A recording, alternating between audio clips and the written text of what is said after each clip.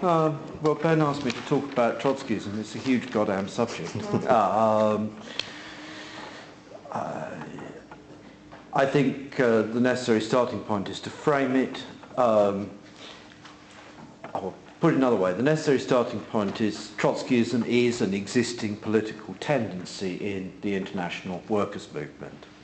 Yeah.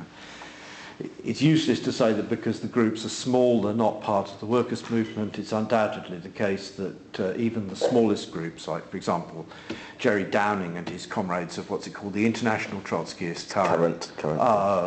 Jerry himself is shop steward and militant trade unionist. I've been recently polemicising in the paper against the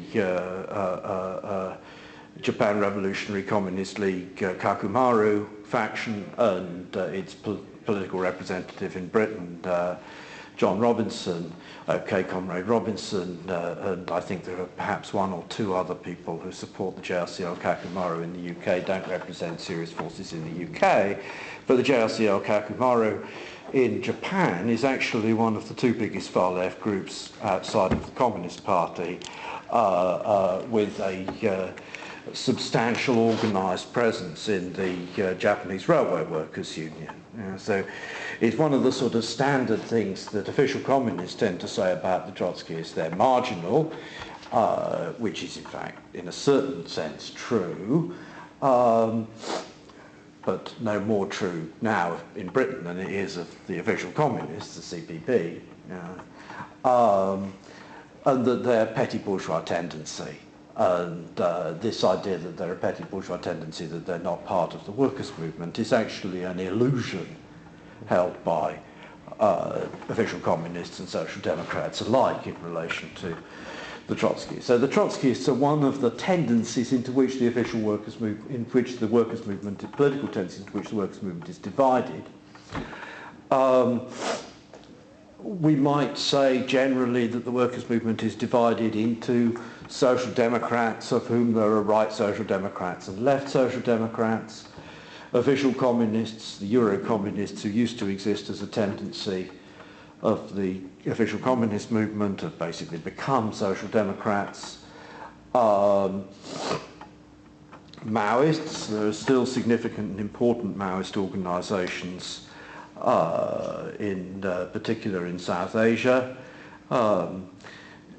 Guevarists, who are another splinter tendency of the official communist movement. Trotskyists, left and council communists, of whom there's distinction between the Bordegists, who are party people, and the full-scale council communists, who are anti-party people. I'm not quite sure which side of the line the commune group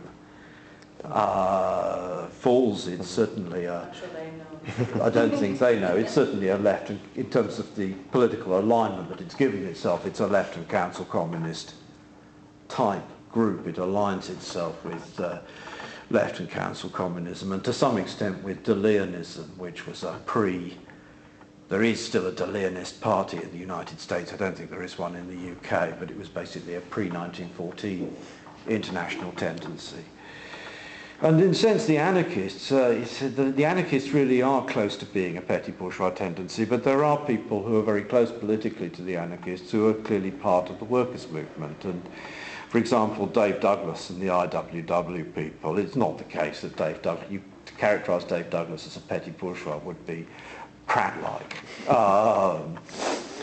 And that anarcho-syndicalist tendency as it existed in the pre-war, in pre-First World War international politics, was undoubtedly a working class, mass working class tendency, and continued to be a mass working class tendency in the Latin countries, really until the Second World War, and has episodes of mass support in Italy, in Spain,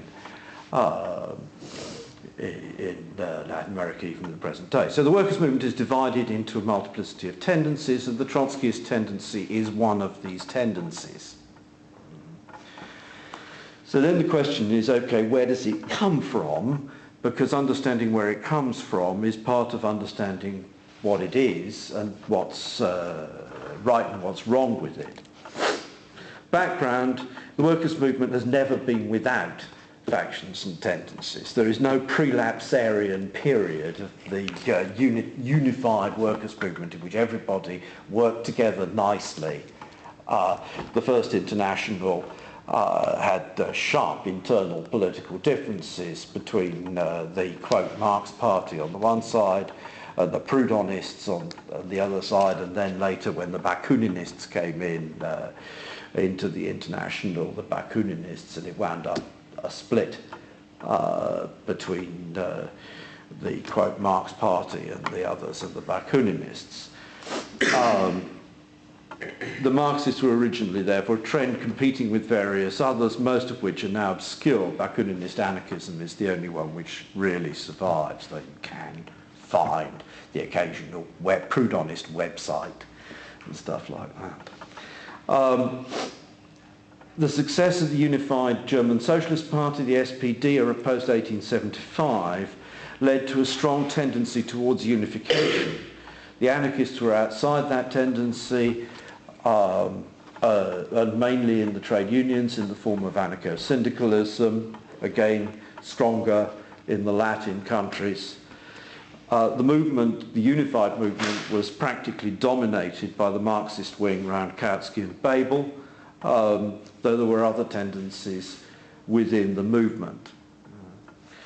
The First World War leads to the big split, which is the split between the social democracy and the Comintern, with the creation of communist parties in every country, and indeed communist parties in many more countries than the Socialist International had ever had parties, because the Comintern seriously set out to organise in the colonial countries together with the anti-colonial movement.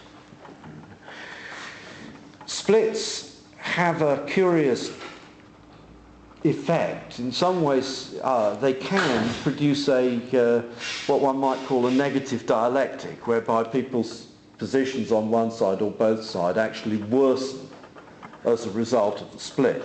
And it's certainly the case that as a result of the split in the Socialist International, the politics of the centre group, and indeed of the social democratic right, moved to the right, as well as the Comintern being a split off from the left. They became more openly in favour of coalition with the bourgeoisie, placed more stress on identifying the existing bourgeois state as, quote, democracy, as democratic, and more explicitly rejected anti-imperialism or any critique of imperialism in favour of the belief in international law and the League of Nations, and in modern terms the United Nations, and so on and so forth. The CPs, in contrast, were based on support for the Russian Revolution, support for the idea of Soviet power, though that became a submerged idea relatively rapidly, the theory of imperialism and anti-imperialism, and the concept of the party of a new type, the Bolshevik party, as an alternative to the mass workers' party concept, which had been present in both the First International and in the Second International. One of the things which incidentally comes out of that is a systematic misreading of a passage in the Communist Manifesto. The communists do not form a separate party opposed to the other working class parties, etc. They form only the section with the most understanding of the line of march, and so on and so forth. And that is generally taken as licensing the idea that Marx and Engels and that the Marxists set out to create parties separate from but integrated in broad mass workers' parties, which represented a sort of ginger group organised tendency within broad mass workers' parties. So it's read as the standard trot line of, at least in Britain, of that we build the party on the one hand and we build the broad front party, whether it's Respect or the Campaign for a New Workers' Party or whatever on the other, is that this is the line of the Communist Manifesto and the line that Marx pursued in the First International. The evidence, in fact, of this is that when Marx and Engels said the communists do not form a separate party opposed to the existing working class parties, they meant two existing working class parties, the Chartist movement and the Land Reform League in the United States, which was the US offshoot of the Land Reform League. Yeah. And they meant that they literally did not intend to organise in England and the United States, but that in those parties they would simply be good builders of Chartism, the Land Reform movement. There is literally no evidence at any date after, in Europe in contrast, they did counterpose themselves, unambiguously counterpose themselves to the Reformist tendency of the party of Louis Blanc and co. in 1848. In the European countries, the communists actually counterposed themselves to existing left parties. And they counterposed themselves to existing left parties because these parties did not set out to build parties of the working class. And in Germany, all the stuff which is written about the tasks of the Communist League is addressed to the tasks of the Communist League as creating, as being the ginger group to create a broad mass workers' party. Once the Communist League in fact fell apart in the defeat of the German Revolution, there is no evidence at all at any period that Marx and Engels set out to create an organised Marxist tendency within broad mass workers' parties. They carried a tendency in the sense of correspondence, a tendency in the sense of an ideological affinity, but in terms of organisation, they set out to create parties of the working class. And when people said, like Hindman in England, set out to create a, quote, Marxist party on the basis of everybody has to agree with what's in Capital Volume 1, of an elaborated system of Marxist dogma, they characterised that as a sect.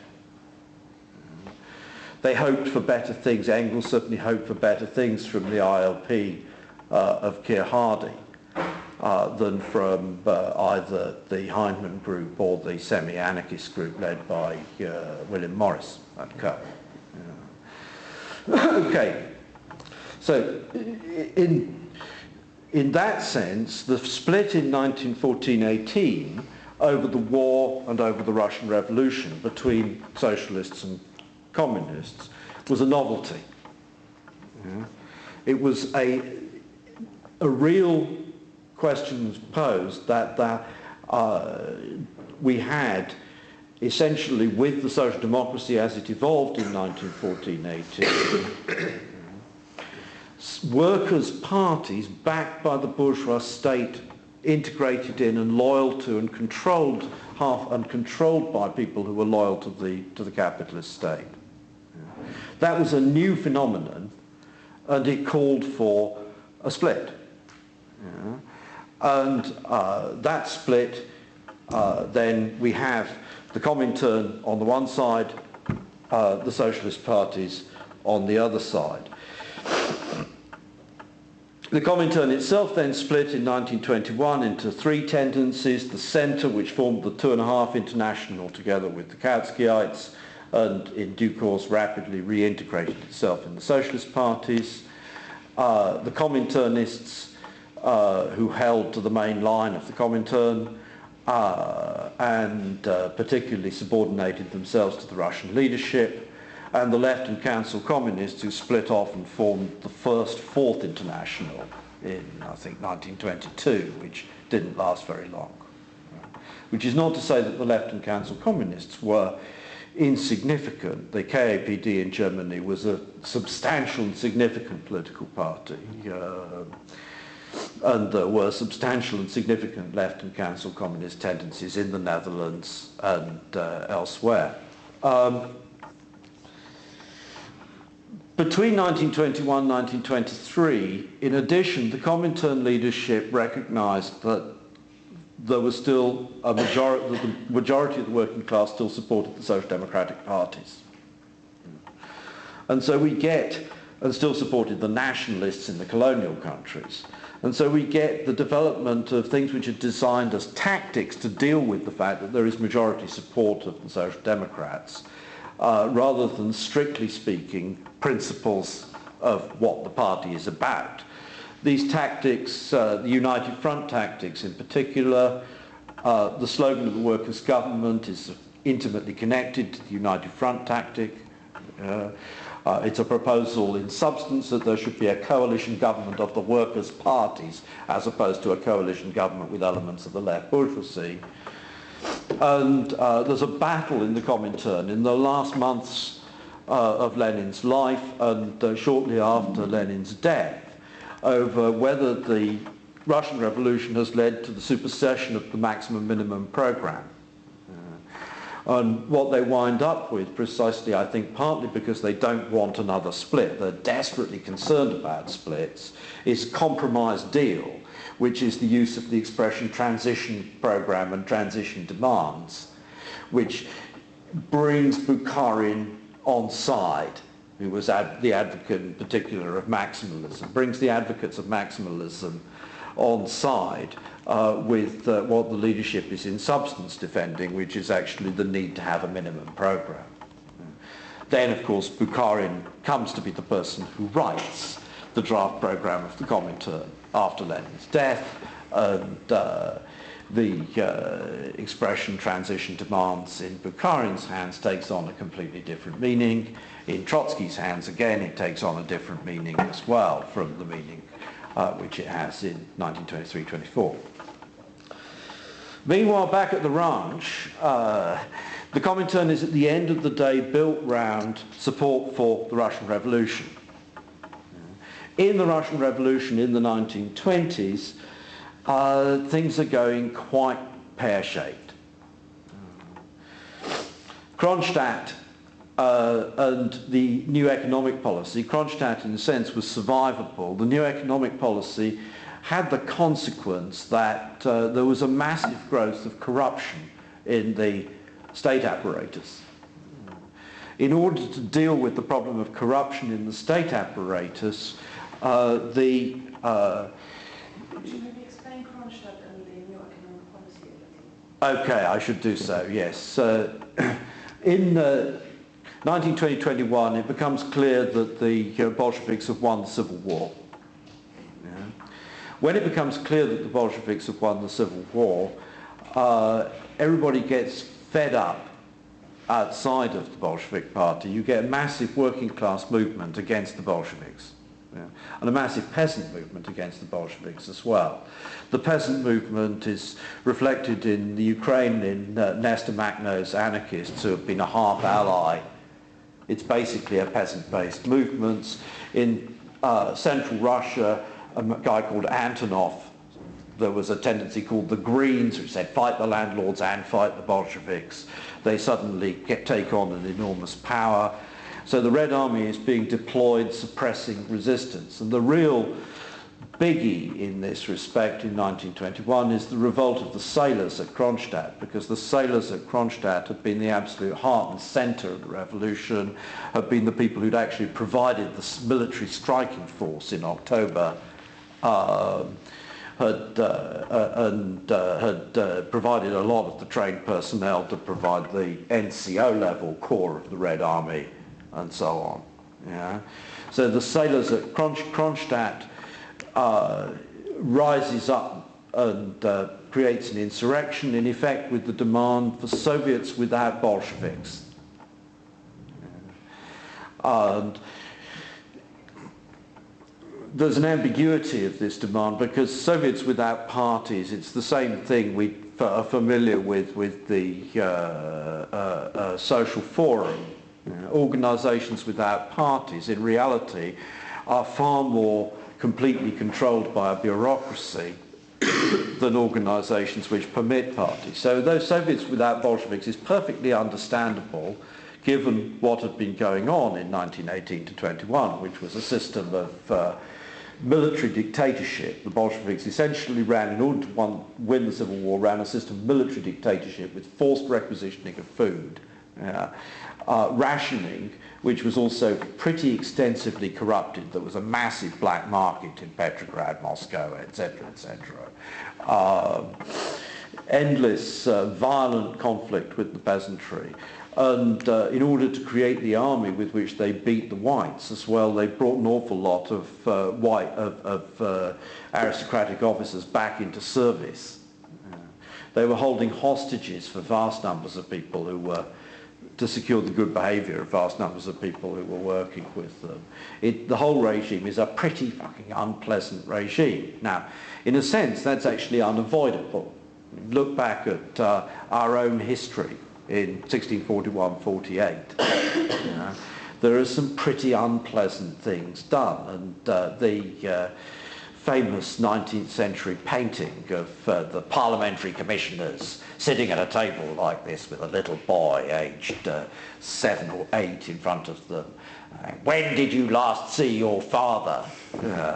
That, although it's meant to be a sort of a caricature of what the parliamentary regime did, it's actually an extraordinarily mild picture of what the parliamentary regime did to crush the counter-revolution in England in the 1640s. So at that level, in terms of what was actually on offer, what was on offer in 1918 to 1921 in Russia was not democracy versus Bolshevik dictatorship. And in Samara, the Social Democrats and the Social Revolutionaries, the Mensheviks and Social Revolutionaries, set up a government based on the Constituent Assembly. Brilliant. Only it was only lasted a few months when the generals took over. It's not Kornilov, it's Kolchak. Admiral Kolchak. Admiral Kolchak's military regime took over to save Russia from Bolshevism, and Bolshevism, as far as Admiral Kolchak was concerned, certainly included Mensheviks, and probably also included cadets, liberals. So what was actually on offer in 1918 to 1921, it's important to be very clear about this, was either Bolshevism, Red Terror, etc., or Kolchak or one of the other generals, White Terror. And we know what happened in Finland, where the Germans backed the Mannerheim nationalist government. Is actually 20% of the working class, not just the trade unionists, the activists. 20% of the Finnish working class was massacred. Similarly in Poland, where Pilsudski, the nationalist Polish Socialist Party, took power. Wherever the Polish Socialist Party actually obtained power, there were pogroms against the Polish Jews. If you look at the national makeup statistics of Poland, as Luxembourg discusses it in her book on the national question in the 1900s, is an extraordinary ethnically mixed mosaic of ethnic communities of one sort and another, already before the Germans and the German pogroms against the Polish Jews. The Polish Socialist Party had already conducted pogroms against Jews, Ukrainians, Belarusians, blah, blah, blah, blah, blah. It was, so the choice which was actually available was a singularly unpleasant choice. It was a choice between the sort of things that the Bolsheviks did or White Terror and the bloodbath. Okay, so the Kronstadt rebellion then comes along. And the Bolshevik leadership chose to suppress the Kronstadt rebellion by force. And that choice to suppress the rebellion by force carried with it the character of the new economic policy, that the Bolsheviks retreated from rationing, retreated from what was called war communism into a semi-market economy with most of industry nationalized. Now, that choice was a choice to retreat towards capitalism, deliberate choice to retreat towards capitalism, but it was also at the same time, there was a choice to hold on to Bolshevik political control. And why they made that choice was because of the Antonovщина, the Greens, and Macnair, and the Kronstadt rebellion. That is, that they thought if they let go of control, and it may have been true, that if they let go of control, the country would just disintegrate and the imperialists would come in and take over. It is certainly the case, we know from the British documents, as well as from the Russian stuff, that the British had a fleet sitting off Kronstadt, and troop carriers sitting off Kronstadt waiting for the ice to melt, on the basis that if the Russians didn't defeat the Kronstadt rebellion before the ice melted, the British would move in and back up the Kronstadt rebellion, which tells us something about what the British Foreign Office thought about the Kronstadt rebellion, which is pretty much the same thing that the Bolshevik leadership thought about the Kronstadt rebellion. Okay, so the way the Bolsheviks respond to this wave of unrest at the end of the Civil War is to back off on the economic front while maintaining a one-party dictatorship on the political front. And if anything, the one-party dictatorship on the political front is actually strengthened. It's at this moment that the Menshevik internationalist press is suppressed and that Martov is invited to go for medical treatment in Germany and other such stuff. The consequence of NEP, of new economic policy, which is marketisation, is that people are getting rich. Small capitalists are getting rich, big peasants, farmers are getting rich. The working class is still very substantially squeezed. And the consequence of that is that you get very extensive corruption in the state apparatus. The black market reaches its fingers into the state apparatus. And they decide, because it's so politically sensitive, to provide secret wage increases to the cadres and the officials in the state apparatus to reduce the extent to which they are susceptible to corruption. It's too politically sensitive. They've said we're building socialism, so how the hell can we justify the cadres getting special privileges?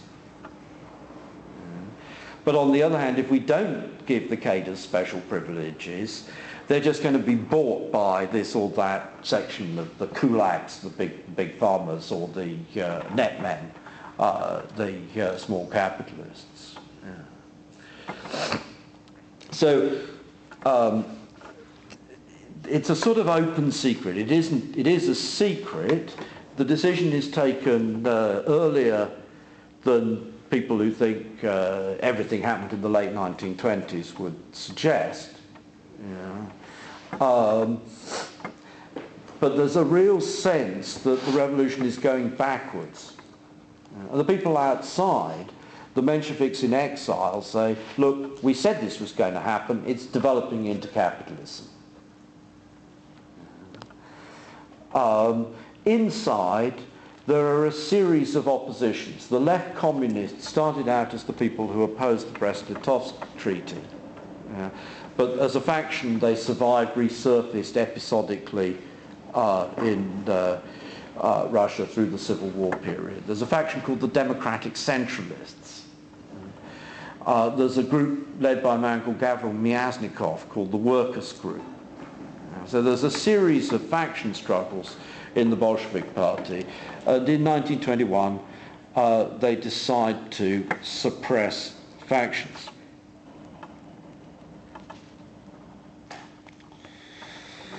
After the death of Lenin,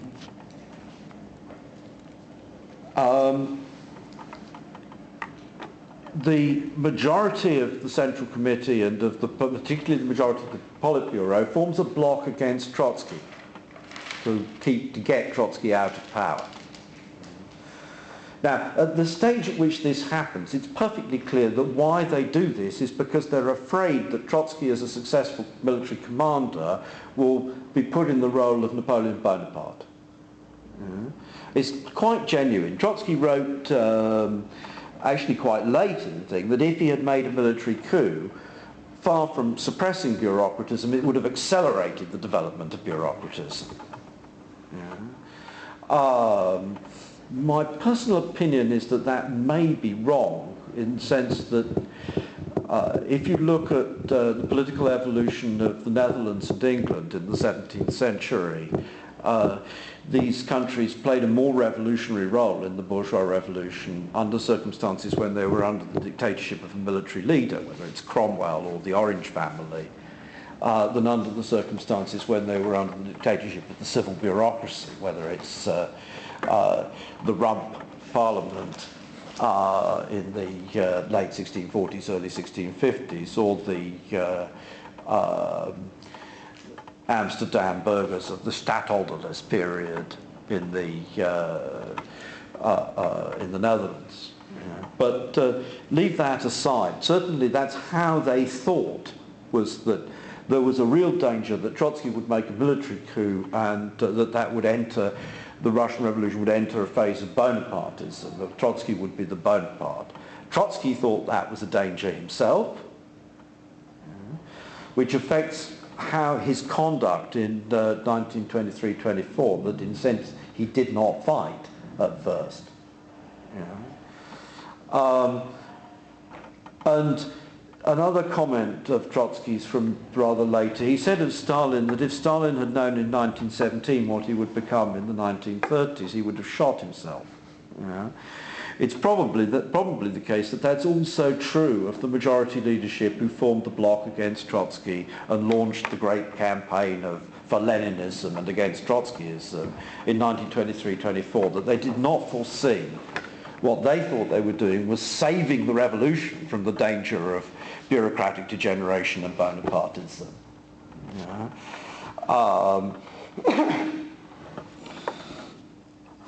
In any case, the effect of it is that we get the cult of the personality of Lenin. And we get, it becomes impossible to make political arguments except in the form of you've got to decorate them with quotations from Lenin.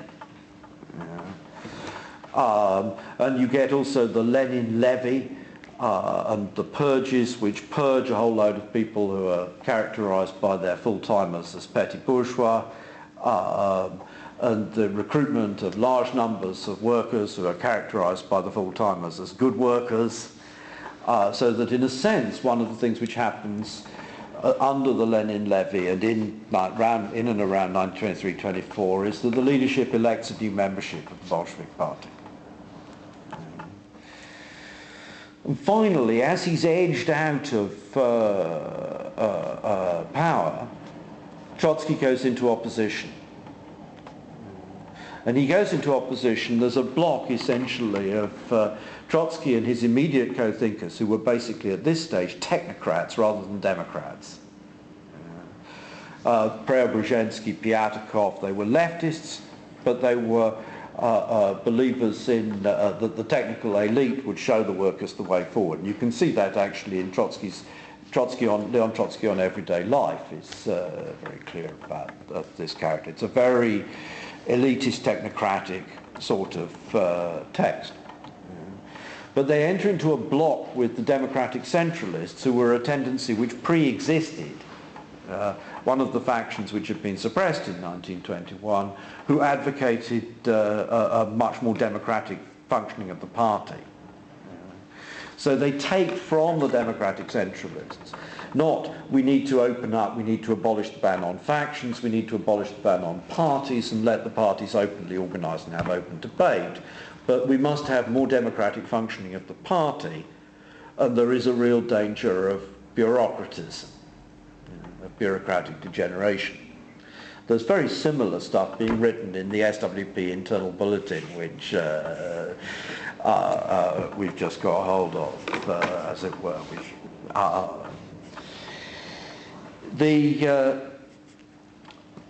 At the same time, so this is in 1923, and at the same time, the last real hope of the extension of the European Revolution in the form of the German 1923, the KPD fails. Now, in reality, probably the KPD could not have seized power in 1923. But the Bolshevik leadership, Russian leadership, thought the KPD could have seized power if they got it right. Trotsky does something which is actually, in a sense, profoundly dishonest, which is that he tries to offload all the blame for a series of decisions to which he was party, like Martin Smith in the SWP, by dumping it on Zinoviev and Kamenev, and connecting it to the fact that Zinoviev and Kamenev opposed the October insurrection in 1917. He does this in his book, Lessons of October. It's perfectly understandable in a sense. Trotsky's being frozen out of decision-making, and there's this sort of big campaign about Leninism, and already the stuff about Trotskyism, meaning Trotsky's history before 1917 when he wasn't part of the Bolshevik Party, is being thrown at Trotsky. But Lessons of October in that sense is a very problematic book, because it is trying to cast the blame away from Trotsky for something which he was decisions he was personally involved in.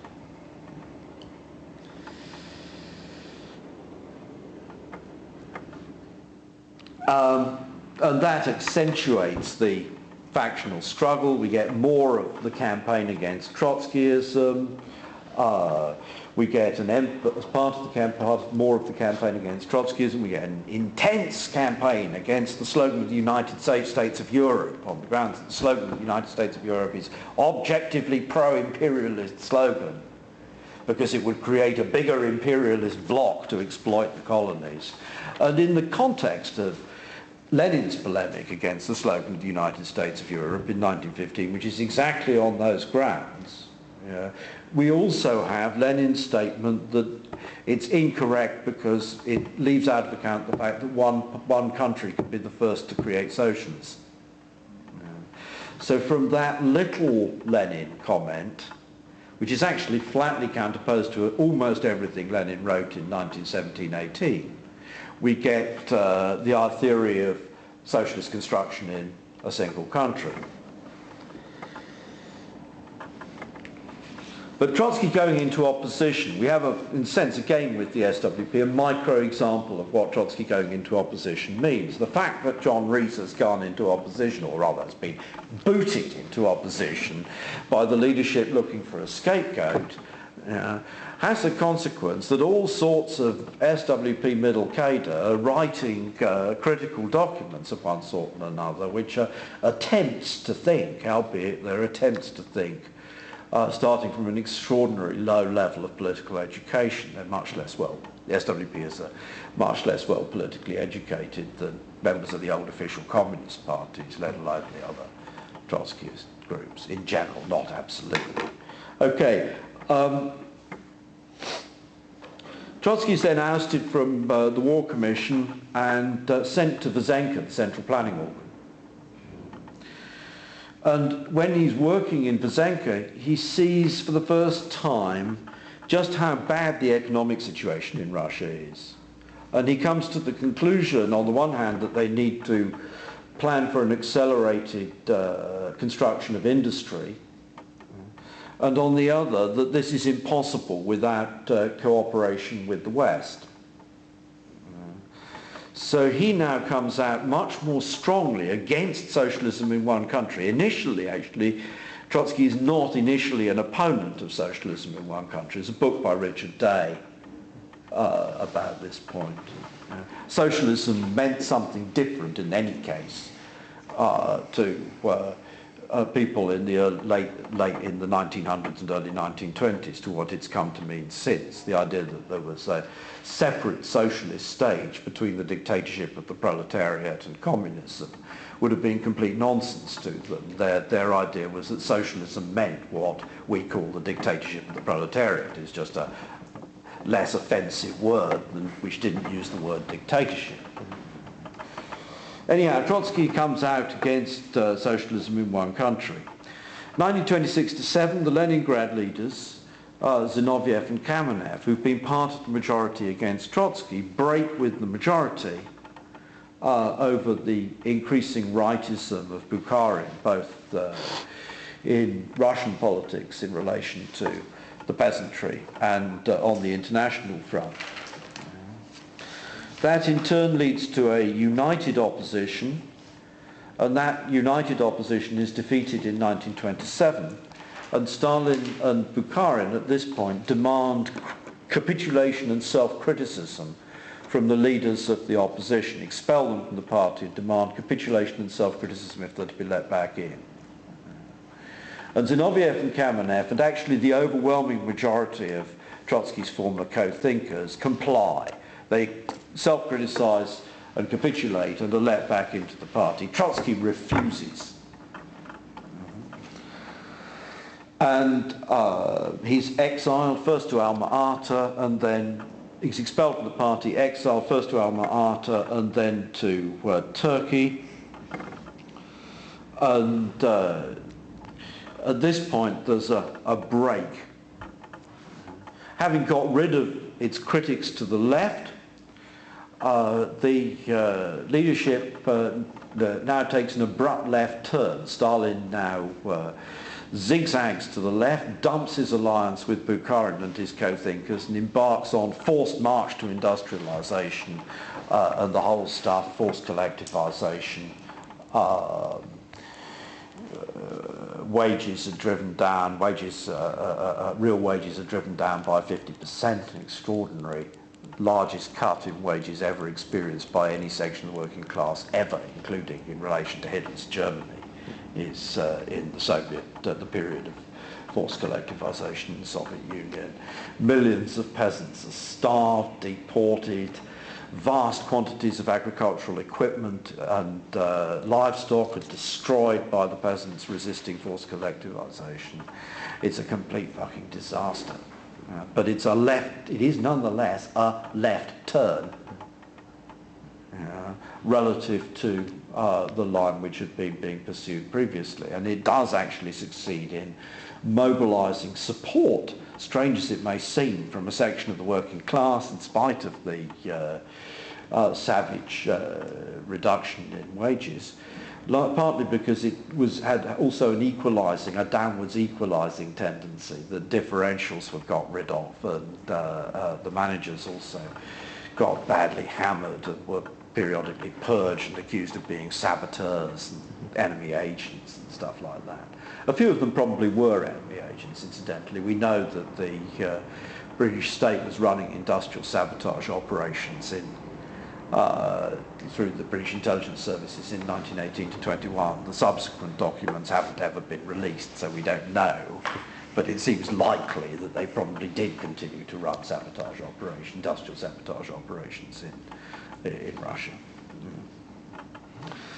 Okay, the expulsion of Trotsky, we get to, is characterized by Trotsky's absolute determination not to give up. Trotsky could have made a mea culpa and reintegrated himself in the social democracy and say, okay, we fucked up. Or he could have become an anarchist, a council communist. It would have been very hard for him to do so, personally hard for him to do so, given all the stuff about you will be swept away with a barbed wire broom. This is Trotsky on the anarchists, and the stuff which he'd written against Kautsky in terrorism and communism and so on. It would have been personally hard for him to say, okay, we fucked up and go back to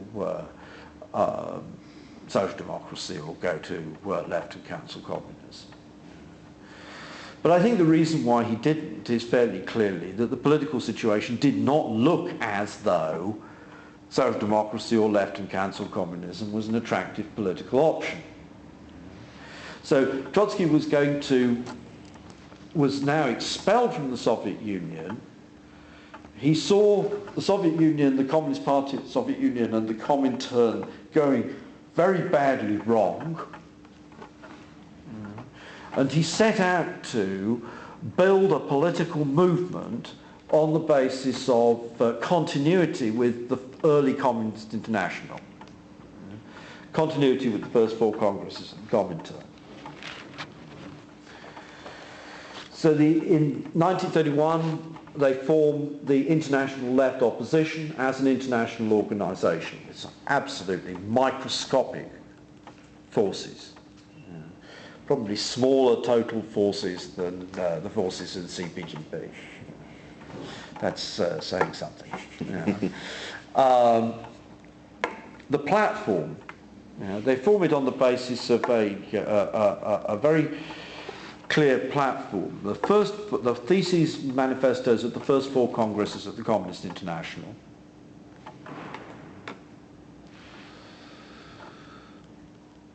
Rejection of socialism in a single country.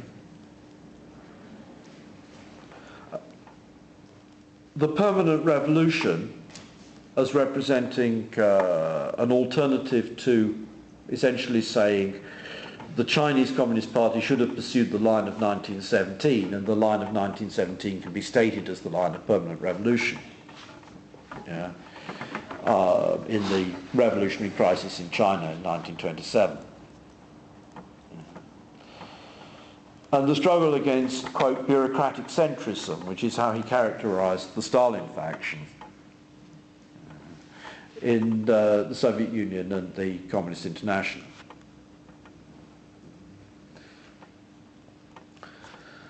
Between 1931 and 1933, Trotsky most famously opposes the third period line of the Communist International, which is the line of saying the Social Democrats are really just the same as fascists.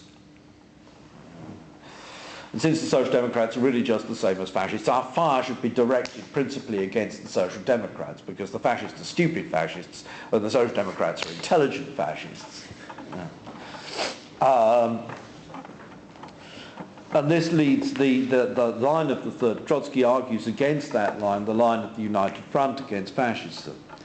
The line of the third period does clearly and unambiguously result in the victory of Hitler in Germany. Okay, the German Social Democratic Party also contributed substantially to the victory of Hitler in Germany by promoting constitutionalist illusions of one sort and another. But the third period line is probably pretty much decisive in the complete inability of the workers' movement to offer any serious resistance to the rise of Hitler. In the wake of the victory of Hitler in Germany, Trotsky calls for the formation of new communist parties and a new international, so that the international left opposition, from having been an international opposition within the Comintern, is to become part of the forces calling for a new international, a fourth international. And in this connection, he revises his position on the Soviet Union.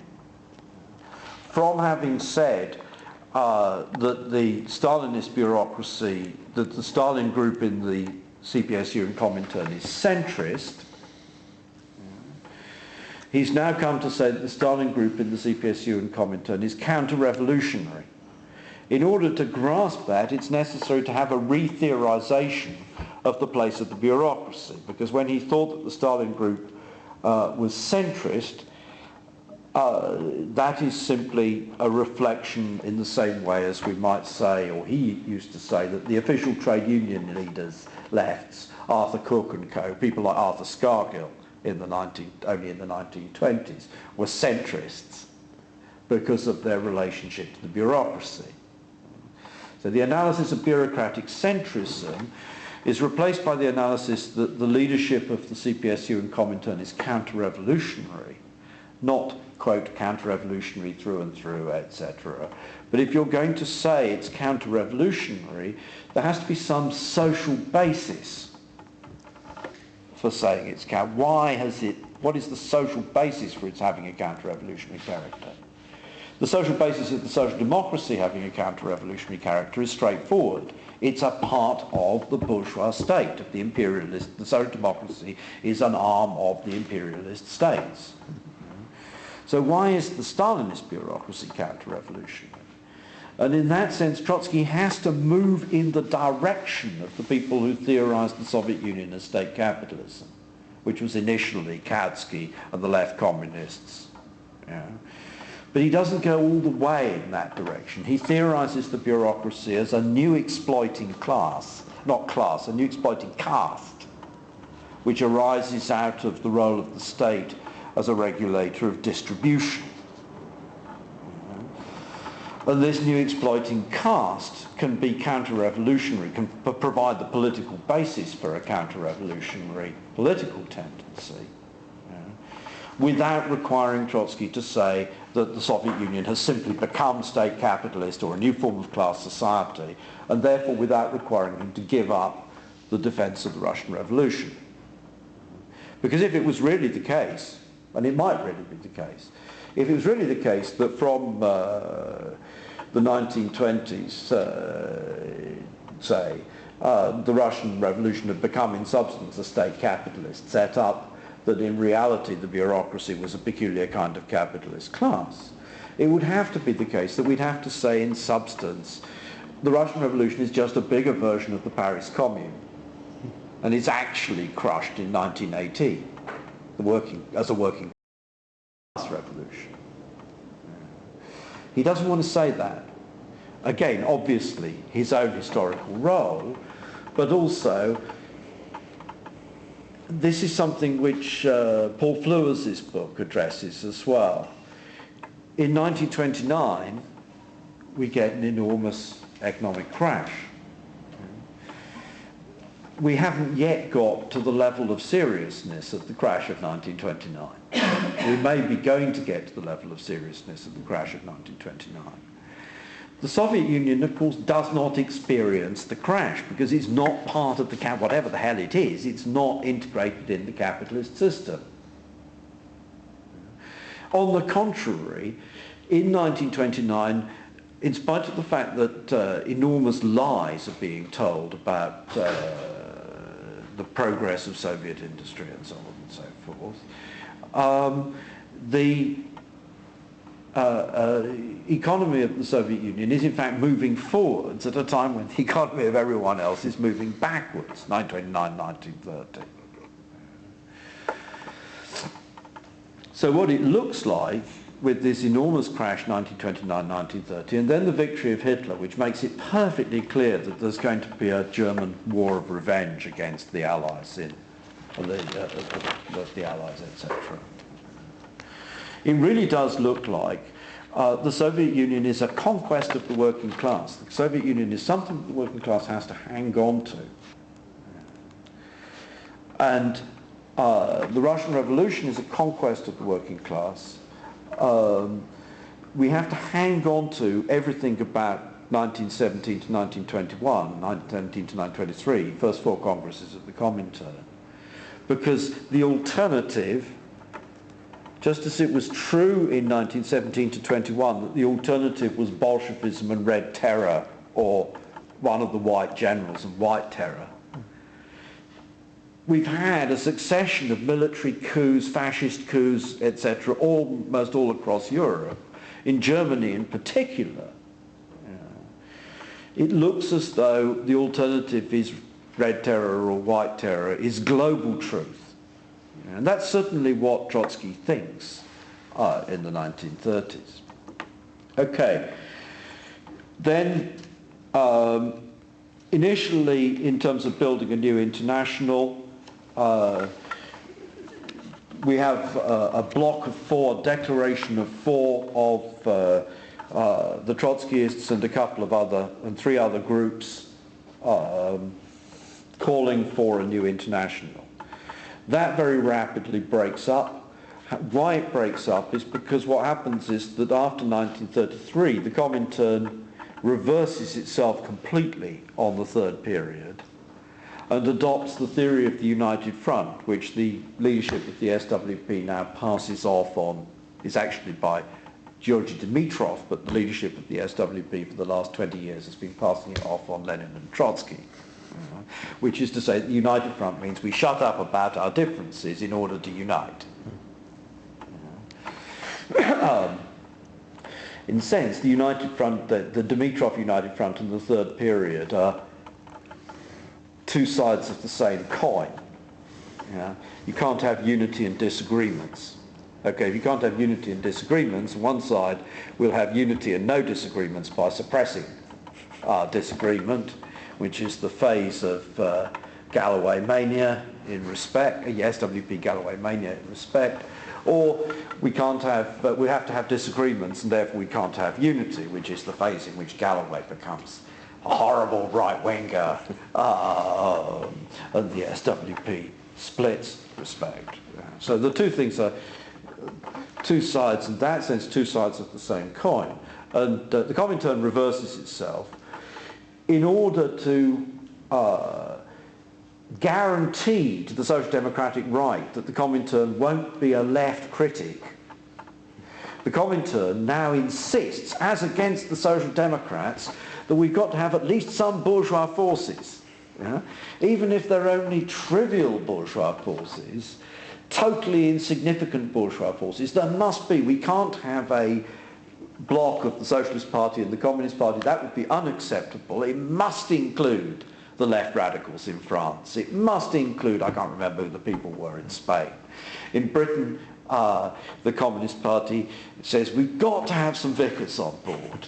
You know, 'cause if we don't have some Vickers on board, it's not a proper People's Front. And in this situation, the people who Trotsky initially called for the Fourth International along with, like the ILP and so on and so forth, are actually rather attracted by the Comintern's line. So now the Trotskyists move into entry, which is, the reason is that the left wing of the social democracy doesn't much like this line, because they've been holding to they've been fighting against coalitions with the bourgeoisie, and now here are the bloody communists coming along and saying we've got to have a coalition with the bourgeoisie. So the Trotskyists now go into the socialist parties in order to block with and try and win over the socialists, the left wing of the socialist parties, and particularly the Socialist Party youth. That isn't enormously, I don't think there's any country in which it's enormously effective. The Trotskyists go into the socialist parties, at least it has the effect that they aren't being beaten up trying to sell stuff outside Communist Party meetings, which was to a large extent what the ILO meant. Yeah.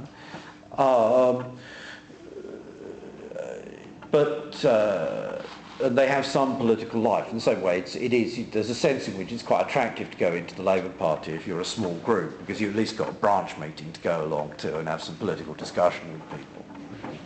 You can go and do Labour Party canvassing, say what nasty bastards the Tories are. But what actually happens in the mid-1930s is that the supporters of Zinoviev and Kamenev in the Comintern begin to splinter off. They put up with a hell of a lot, but when the People's Front comes along, they finally begin to split. The most eminent, well not most eminent, well, one of the examples in Britain of that is Jerry Healey. He comes from that wing, he splits from the Communist Party over the People's Front turn. And a minority of that left splits off the Communist Party comes to Trotskyism. But it's a large enough minority that the Trotskyists grow, particularly in the colonial countries. We've got, in the late 1930s, we have the emergence of significant Trotskyist groups all over Latin America, like there's 500 of them in Cuba in the middle 1930s. In South Vietnam, they win 90% of the vote in the Saigon municipal elections. In Indonesia, there's an organisation, there grows up an organisation of some thousands, which is liquidated in the 1940s. So the Trotskyist movement, led by Trotsky, as of 1938, when they found the International, there is about 12,000 of them. There's about 7,500 accounted for by their minutes, and then there's another few thousand who you can identify from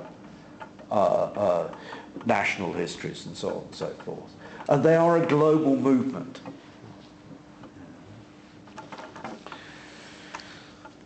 Right or wrong, the existence of Trotskyism as a political tendency in the modern world is the result of Trotsky's struggle for that global movement.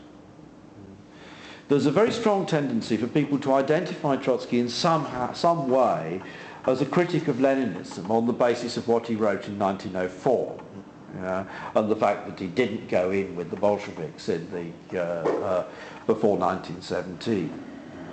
Now, that is undoubtedly true, but in point of fact, after 1917, this is probably just about the only area in which Trotsky is unambiguously, clearly, politically self-critical. He is self-critical, savagely self-critical of his conduct before 1917. He is determined that he is not going to be an isolated individual talking in the air. He is going to try and build a party. And he's going to try and build an international.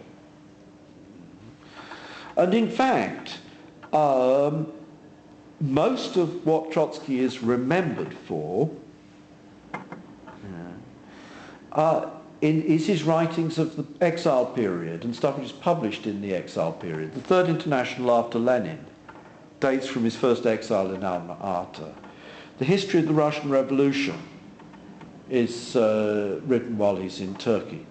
The struggle against fascism in Germany is from the exile period. The Revolution Betrayed is from the exile period. His writings on the Popular Front, on France and on Spain are all from the exile period. And they're all tied up with this great 12 volumes of, I think it's 12 volumes of Trotsky's writings in the 1930s, the vast bulk of which is correspondence trying to develop, to encourage the formation of Trotskyist groups around the world, to get the International Secretariat of the ILO to function, to carry on factional struggles, to try and make a party on this basis. It's for this reason, frankly, that he's remembered. There is a Bukharinism. It was for a while a little bit of Euro-communism was Bukharinist, but in substance it's a fad. And that's in a sense strange, because Bukharin is actually a major theoretical writer. His writing his critique of marginalist economics in 1912-13 is brilliant. His book on imperialism is very serious, although it's got things wrong with it. The ABC of Communism has things wrong with it too, but the book Historical Materialism, all of these things on their own would be major contributions to Marxism. There are things about them which are wrong, but you have to take them seriously. I think there's much stronger reasons for taking Bukharin seriously as a theorist than there is for taking Gramsci seriously as a theorist. And in some respects, there are stronger reasons for taking Bukharin seriously as a theoretical writer than there are for taking Trotsky seriously as a theoretical writer. Take Trotsky seriously as a historian, as a political actor. But the permanent revolution and results and prospects, these are episodic political polemics. Why do we take Trotsky seriously? The reality is we take Trotsky seriously because he built a movement. And that movement survives down to the present day with all its strengths and with all its weaknesses. In relation to the weaknesses, in terms of what I've argued in the strategy book, what it comes down to is this. That the permanent revolution is ambiguous and problematic, I would say. And the reason why it's ambiguous and problematic, suppose you take the debate which was actually going on between Lenin and Trotsky, and between the Mensheviks and Trotsky and so on and so forth in 1905 to 1907 about the Russian Revolution. What it comes down to is Lenin says we can't overthrow Tsarism unless the peasants come on side. And we can't get the peasants on side unless we promise them to distribute the land.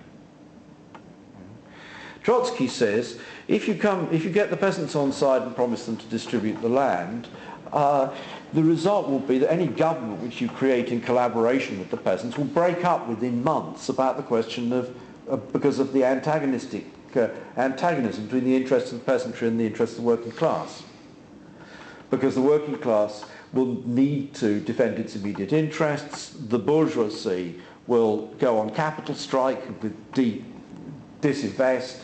In order to overcome disinvestment, the working class will have to seize the bourgeoisie's assets to coerce the bourgeoisie, and the peasants will be on the same side as the bourgeoisie because the peasants are committed to the right of private property. But neither of them believes that you can progress to socialist construction within the framework of Russia. Because Lenin says we can't progress to socialist construction within the framework of Russia. What we can have is democratic dictatorship of the proletariat and peasantry, i.e. a better capitalism within the framework of Russia. Trotsky says the proletariat will be forced to take power, but it can't hold it for more than a period of months without the European working class coming on side. But of course, he says, the Russian Revolution will cause the European working class to come on side. First off, because it will trigger nationalist revolutions, left nationalist revolutions in Central Europe, which will bring down the German Reich and the Austrian Reich, and thereby cause the revolution to take place in Germany and Austria. Secondly, because it'll cause a crash on the London and Paris stock exchanges, and a huge economic crisis in London and Paris because of the sudden devaluing of Russian assets. So therefore, the working class should go ahead and seize power in the sure knowledge that the question of power will be posed Europe-wide. The difference between these two positions disappears under wartime conditions. Because under wartime conditions, under conditions of the World War, the question of power is posed immediately, Europe-wide. The only way to deal with the war is to overthrow the bourgeoisie, Europe-wide. It doesn't, in the end, happen like that. But in relation to outside of those conditions, both positions are actually wrong. Lenin's wrong because the antagonism between the interests of the proletariat and peasantry is, Trotsky's quite right. You can't have a stable worker-peasant government. Trotsky's wrong because it's bloody obviously the case that in a peasant majority country it's totally illusory to imagine that you're going to overthrow the state without the peasantry on side. So permanent revolution in that sense, making a fetish out of permanent revolution is unhelpful, but it's also actually completely pointless in the conditions of the 21st century because the reality is where are the damn feudal states? Where are the peasant majority countries where the peasantry hasn't been fully integrated into capitalist development? Some very backward parts of Africa, no doubt. Sark and the Channel Islands. Although they had their first election recently. Feudal state. I think that's BS, frankly.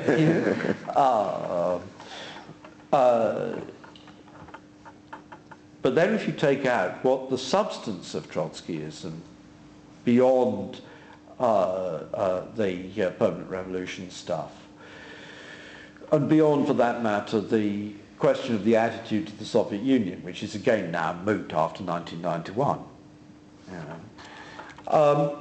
It's the first four congresses of the Comintern.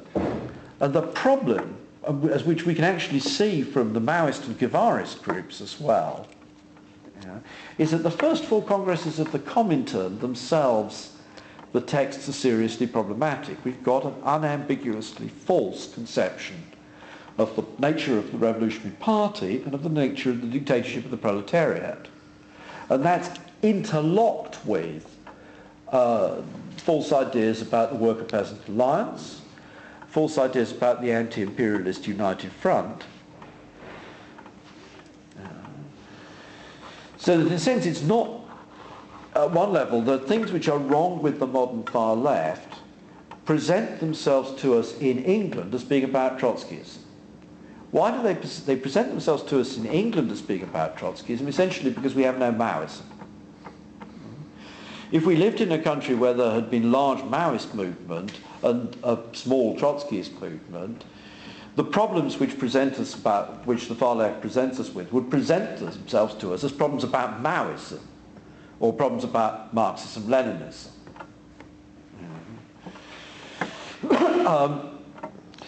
But in reality, they are actually problems about taking hold of the stuff of the first four congresses of the Comintern, which at the end of the day is about supposing that the Russian Revolution is the model for the proletarian revolution everywhere in the world. And in that sense, as I said, there are terrible weaknesses of Trotskyism. The Socialist Workers' Party is at the present displaying a classic demonstration of it, which is that it collapses Trotskyism in this sense, because the more that it clings to the first four congresses of the Comintern, the more it actually collapses towards Stalinism.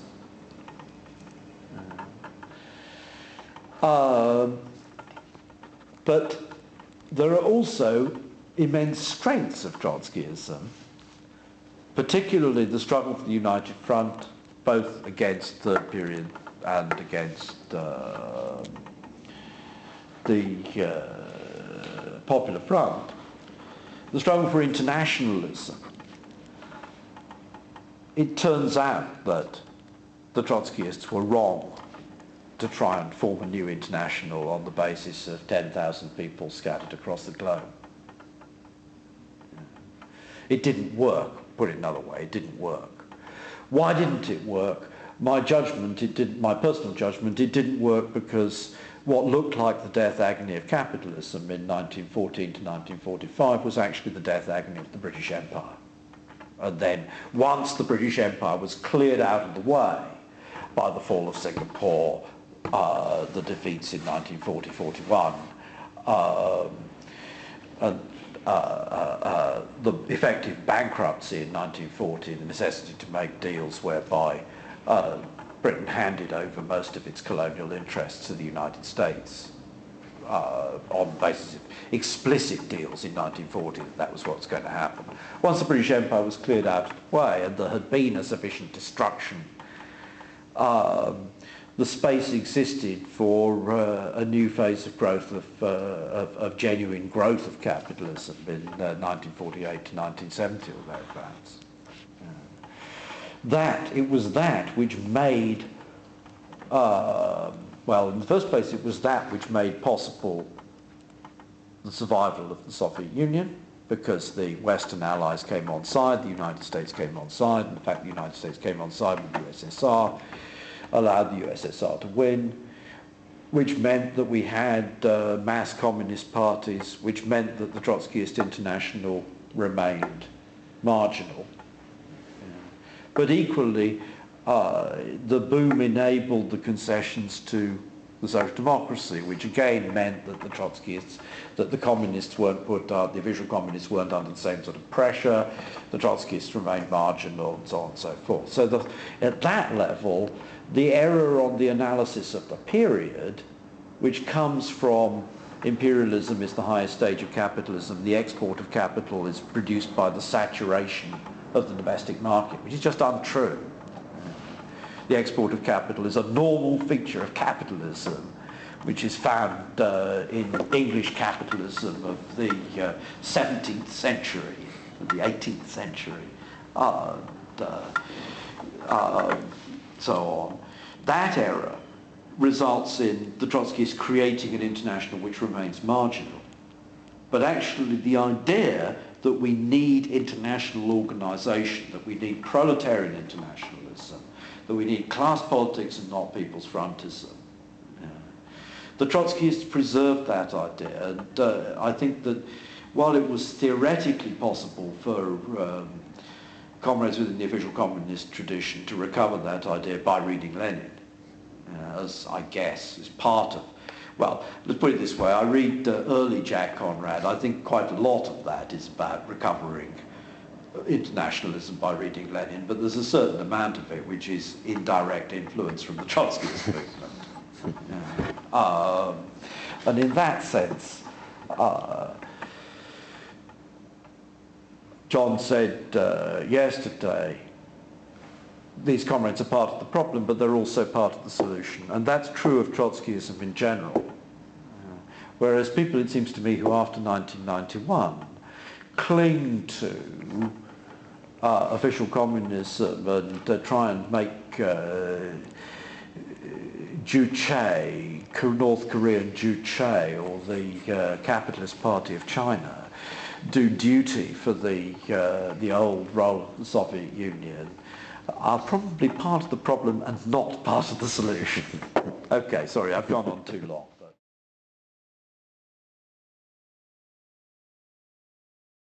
why Trotskyism in Britain? Yeah.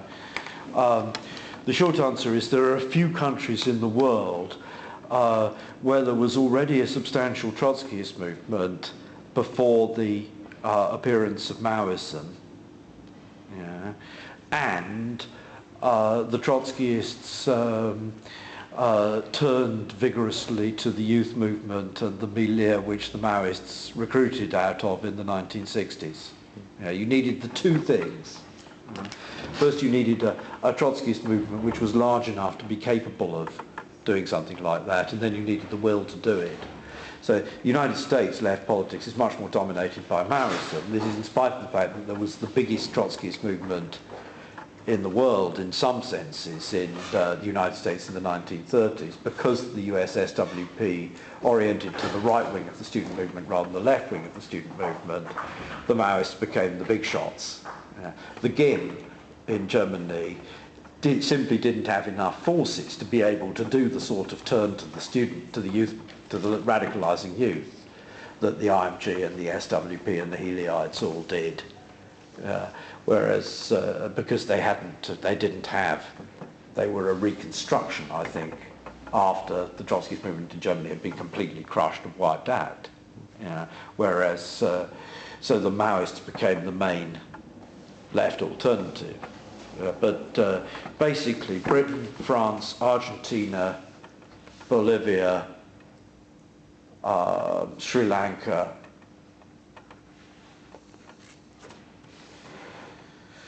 that's probably about it. Places where there was a substantial Trotskyist movement and it took the youth turn to the radicalising wing of the youth in the 1960s and marginalised the Maoists. Pretty much everywhere else. You either get Maoists, Latin America you got Guevarists rather than Maoists. Like in India, for example, there was significant Trotskyist forces in India, but they were in entry in the Fernandez Socialist Party, and they didn't come out of entry in the Fernandez Socialist Party when the youth movement developed. So the Indian Trotskyists never got anywhere, in that sense. So, Yeah. I think that's probably all there is to be said about it. Right.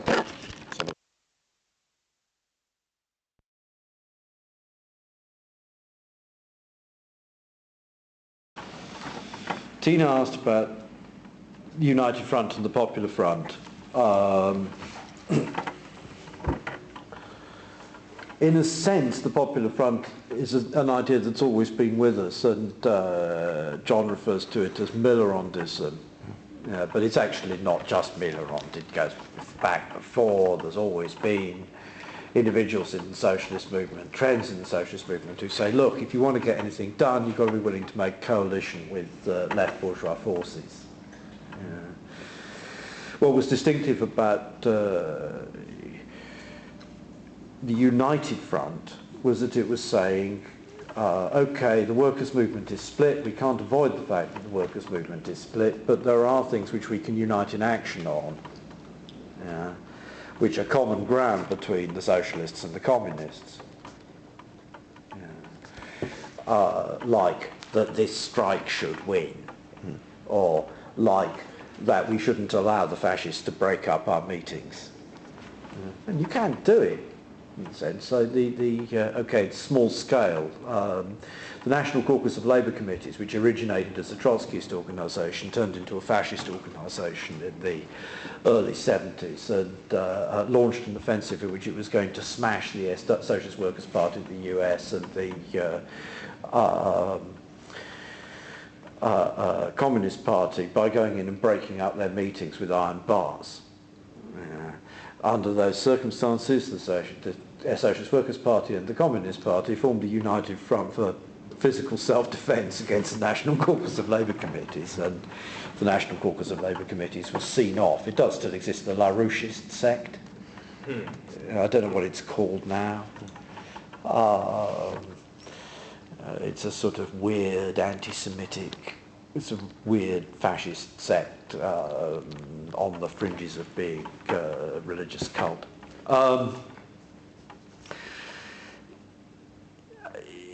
Equally, from my own political experience, okay, it's no platformism, which is very ambiguous in character, but back in the 70s, John Tyndall was going to hold a meeting in Oxford and he was going to bring the Honour Guard. He had a military group called the Honour Guard, and he was going to show the left what was what.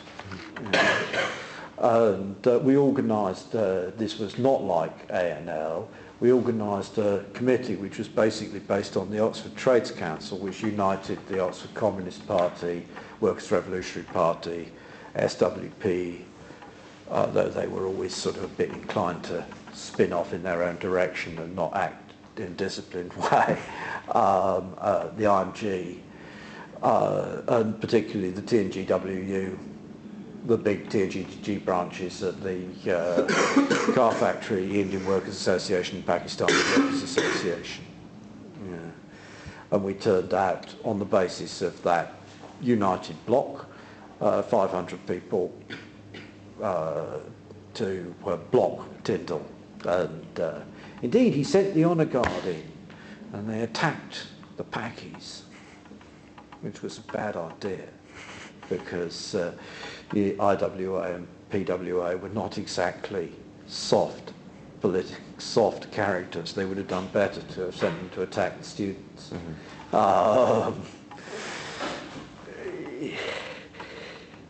At that level, okay, it's a sort of ambiguous, it's a no platform, but it's a defensive no platform, because Tyndall was actually saying, I'm going to take over the streets of Oxford and I'm going to do so by armed force. Yeah. You can do things like that, and on a larger scale it would have been possible, I think it's fairly clear that it would have been possible for the SPD and the KPD acting in unity to have forcibly defeated the Hitler movement. Yeah. Of course, what would have happened probably would have been a straight military coup, military police coup, rather than as it got up to fighting on the streets, it would have been, instead of having the Hitler coup, you'd have had some sort of straight military coup. Yeah. But the working class would have been in a stronger position to resist that if they had been acting in unity. But the condition of you doing that is effectively is that you should say march separately, strike together. That is, that you say you recognise that there are real political differences. You don't pretend that everybody's loving in the workers' movement and the differences have gone away. Because if you pretend that if you say we can't have unity without agreement, it is two sides of the same coin. We can't have unity without agreement, so you can have disagreement and no unity, which is the third period, and we attack the Social Democrats as being as bad as the right wing. In a sense, the British left at the moment is precisely in such a phase of third periodism, that you say, we've got to have a left alternative to Labour, because Labour is just another bourgeois party. So on what basis are we going to have a left alternative to Labour? Well, it doesn't matter what the political basis is, as long as it's an alternative to Labour.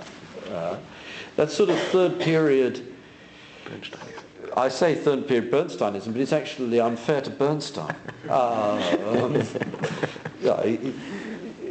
It's and then the reverse of it will come if Labour suddenly, as may perfectly well be the case, if Labour loses the next election, it will lurch to the left. It will take a little while for it to happen, but if Labour loses the next election, it will lurch to the left, and then the people who've been saying, we've got to have an absolute alternative to Labour, will suddenly be saying, Bevan gives the lead the workers want, as Healy was arguing in Healy's paper headlined in the early 1950s, or Ben shows the way. Support the Ben Scargill-Livingston current, which was socialist action at the time before we all split and went off in multiple different directions. Okay, so the Lenin-Trotsky theory of the United Front is, or account of the United Front, policy of the United Front is very, very clearly, we are not going to give up our differences. We are not going to give up our organisational independence of the social democracy. We are not simply going to rejoin the social democracy. But we can act together on a limited basis, on the basis that both sides retain full freedom of slagging each other off as much as the hell they want to. And then in the 1930s, because the Soviet Union was scared by the rise of Hitler, and I think quite understandably everybody was scared by 1933, 1934,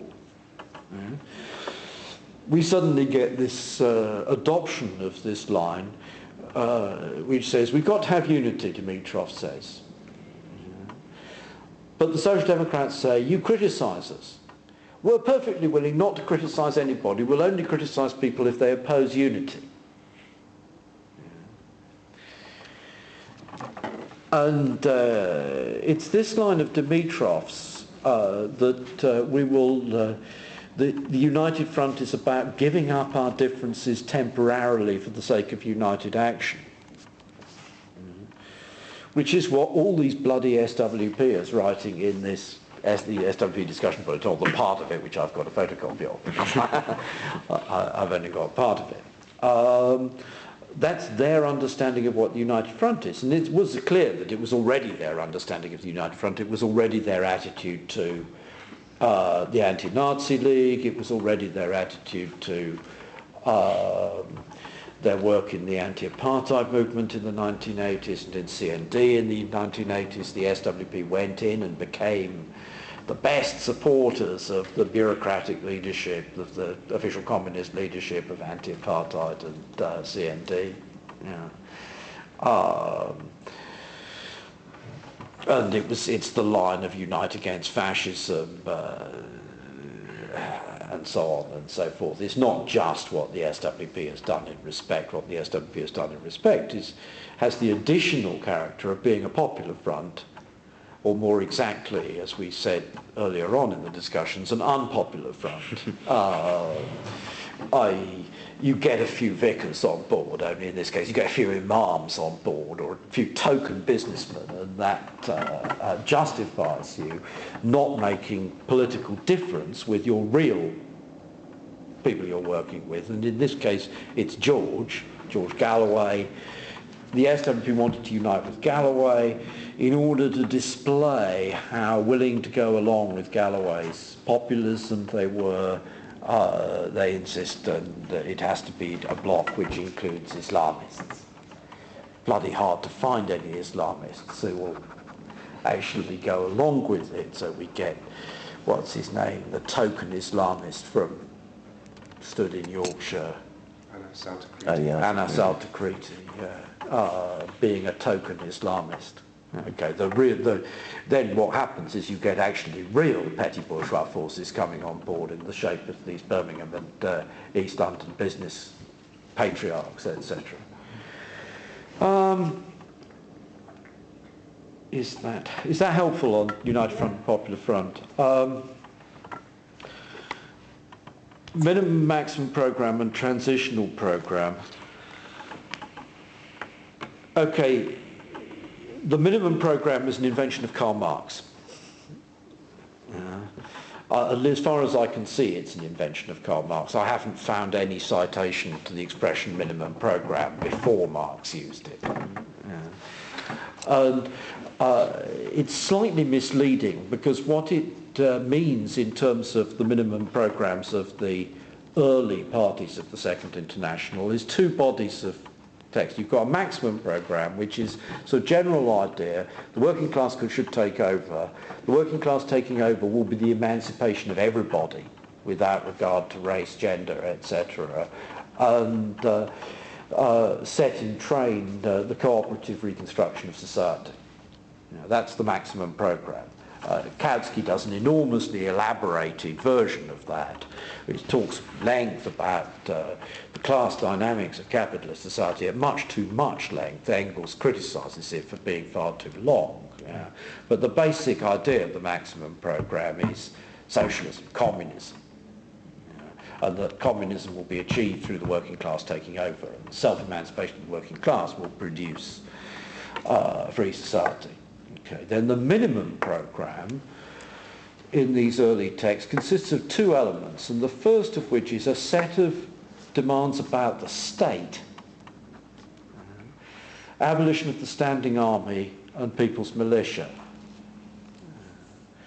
end of central government control of local government, end of internal passports, which they had in France, nationalisation of church lands.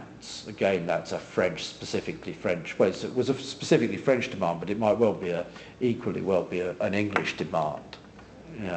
Nationalisation of the lands held in Mortmain, nationalisation of the banks and finance houses, election and recall of all public officials, election and recallability of all public officials,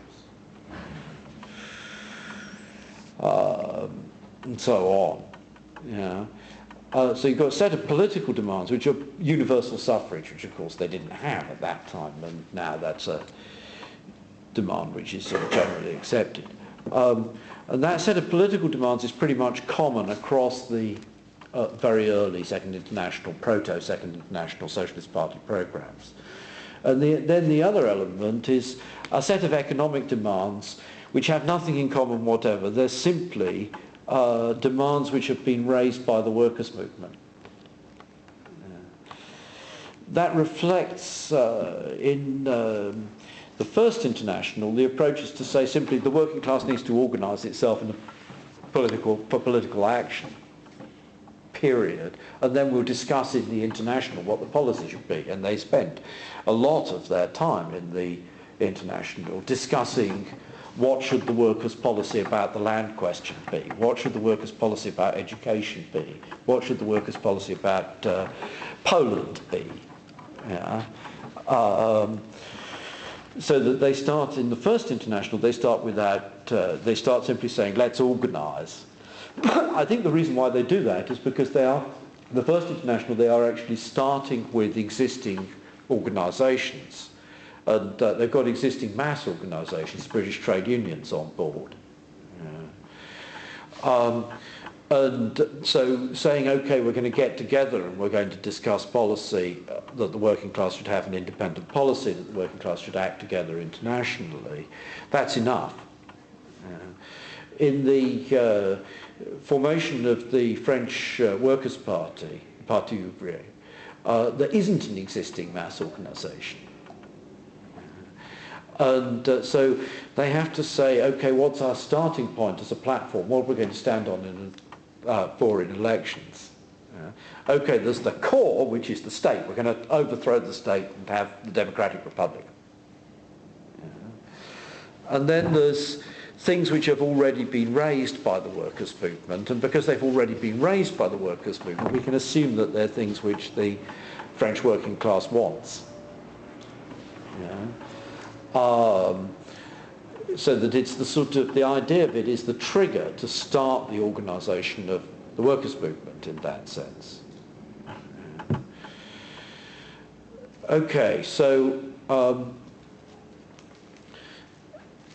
then the other side of it, the basic idea which is here is the minimum programme, really the real core of the minimum programme is the demands on the state, is the demands for change in the state. And the basic idea is that the working class should take over and take its own decisions.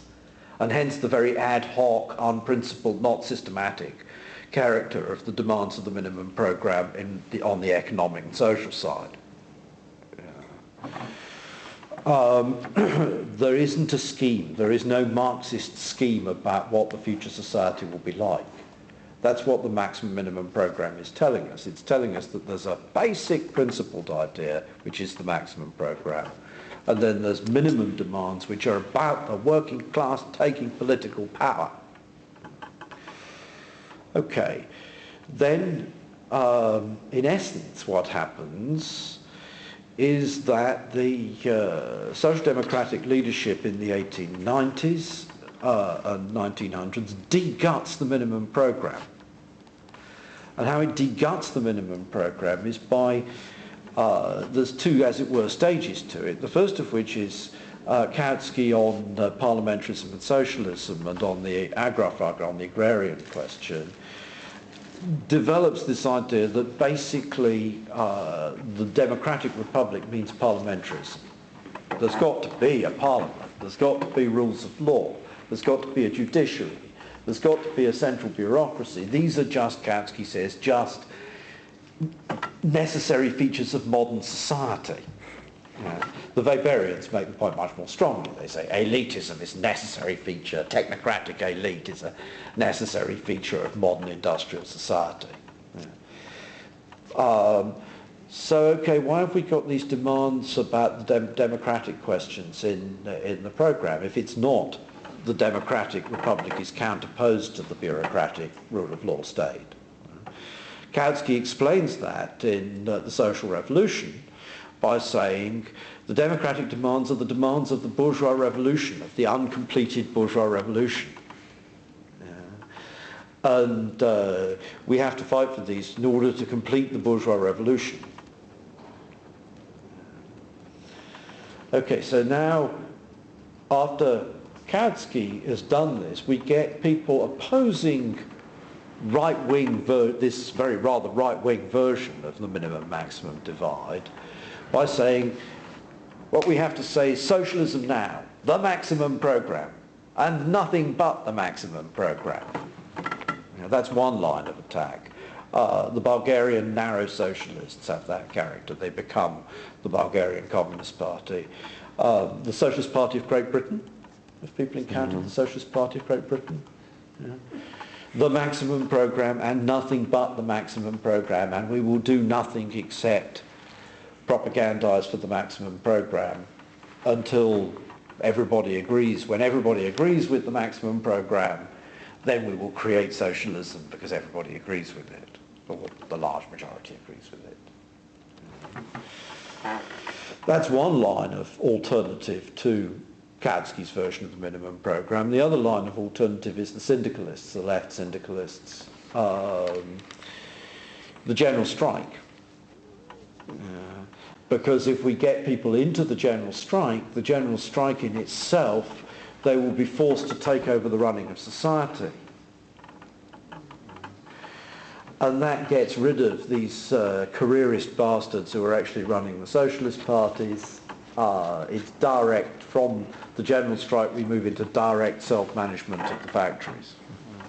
Now in fact this is Bakunin's line, but I think by the 1900s people had almost forgotten that it was Bakunin's line. Well, I think actually the Trots completely now have forgotten that it's Bakunin's line because it's the line they defend, but they wouldn't call themselves Bakuninists. Sorel, for example, in Reflections on Violence, you will not find Bakunin cited anywhere. The left syndicalists say that it is in fact from Bakunin to the Italian, French and Italian anarchists, and from the French and Italian anarchists to anarcho-syndicalism in the 1890s, to revolutionary syndicalism in the 1900s. And the idea is simply, once you get the masses into action, they will reconstruct society. And you get the masses into action. Sorel says the general strike is a myth. It's the mythos which allows you to have a revolutionary syndicalist project. It's the mythos which makes every strike potentially a violent strike and a confrontation with the bourgeois state. Now that alternative line, as opposed to the Max Min programme, is actually defended in a diluted form by a whole load of people who are within the mainstream socialist parties who would regard themselves as Marxists. Yeah. The Dutch in particular, what the hell's the guy's name? Not Pannekoek, Gorter, who Lenin characterises Pannekoek and Gorter as the left-wing communism of young men. Yeah. Well, okay, Pannekoek is younger than Lenin. Gorter is in fact older than Lenin and been active in the socialist movement longer than Lenin. So it's the infantile disorder is the infantile disorder of an old existing tendency. Gorter argued the general strike line in the Second International in the 1890s, and Luxembourg has a diluted version of it. The Russian economists, the left wing of the Russian economists, also had a diluted version of it. Trotsky in 1904 in Our Political Tasks essentially has again a diluted version of it. Mobilise the masses. The A and the Z of our political line is mobilise the masses. If we mobilise the masses will solve political problems. Okay, so we've got the two things of maximalism on the one hand and general strikeism on the other. Yeah. And then on top of that, Bukharin, it's an extremely common response to Kautsky and to Kautsky's scabbing in 1914 is to say the problem is they always had this thing of the minimum program, which was what they really fought on, and the maximum program, precisely because Kautsky has identified the minimum program with the uncompleted tasks of the bourgeois revolution. Yeah. What's the task of the socialist revolution? Well, they must be the maximum program. Yeah. So Bukharin and his co-thinkers argue for a maximum program. They start that argument in 1917. They say, look, the war makes it clear that the socialist revolution is on the agenda, not anything less, and therefore the minimum program is obsolete. And Lenin says, no, the minimum program isn't obsolete. We aren't in power. They begin it again in 1918. The minimum program is obsolete because we're in power now. And Lenin says, no, the minimum program is not obsolete because we may lose power. Yeah. And that debate is running through in the 1920s, minimum program, maximum program. In addition to which there's the debate about the trade union program, which the Germans developed this program for the trade unions, which is designed to be a program for united front orientation in the German trade union movement. Yeah. Which is where sliding scale of wages, sliding scale of hours, where they come from. They are demands which the masses raised in Germany in 1916 to 1918.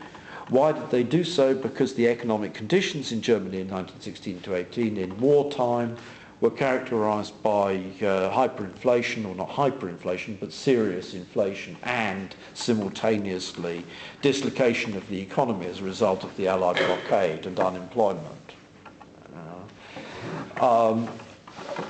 So we get the idea of a program which will bridge the gap between the minimum program, which is blamed for the scabbing of the Social Democrats, and the maximum program, which is socialist construction. And in a sense, again, take it in the context of 1918 to 21, what follows from the Russian Revolution fairly rapidly is war communism. War communism, i.e. the state takes over everything, there's rationing, theoretically direct management by Soviets and workers' control, though in practice the Bolsheviks have moved away from that from March, April 1918 in favour of professionalised management.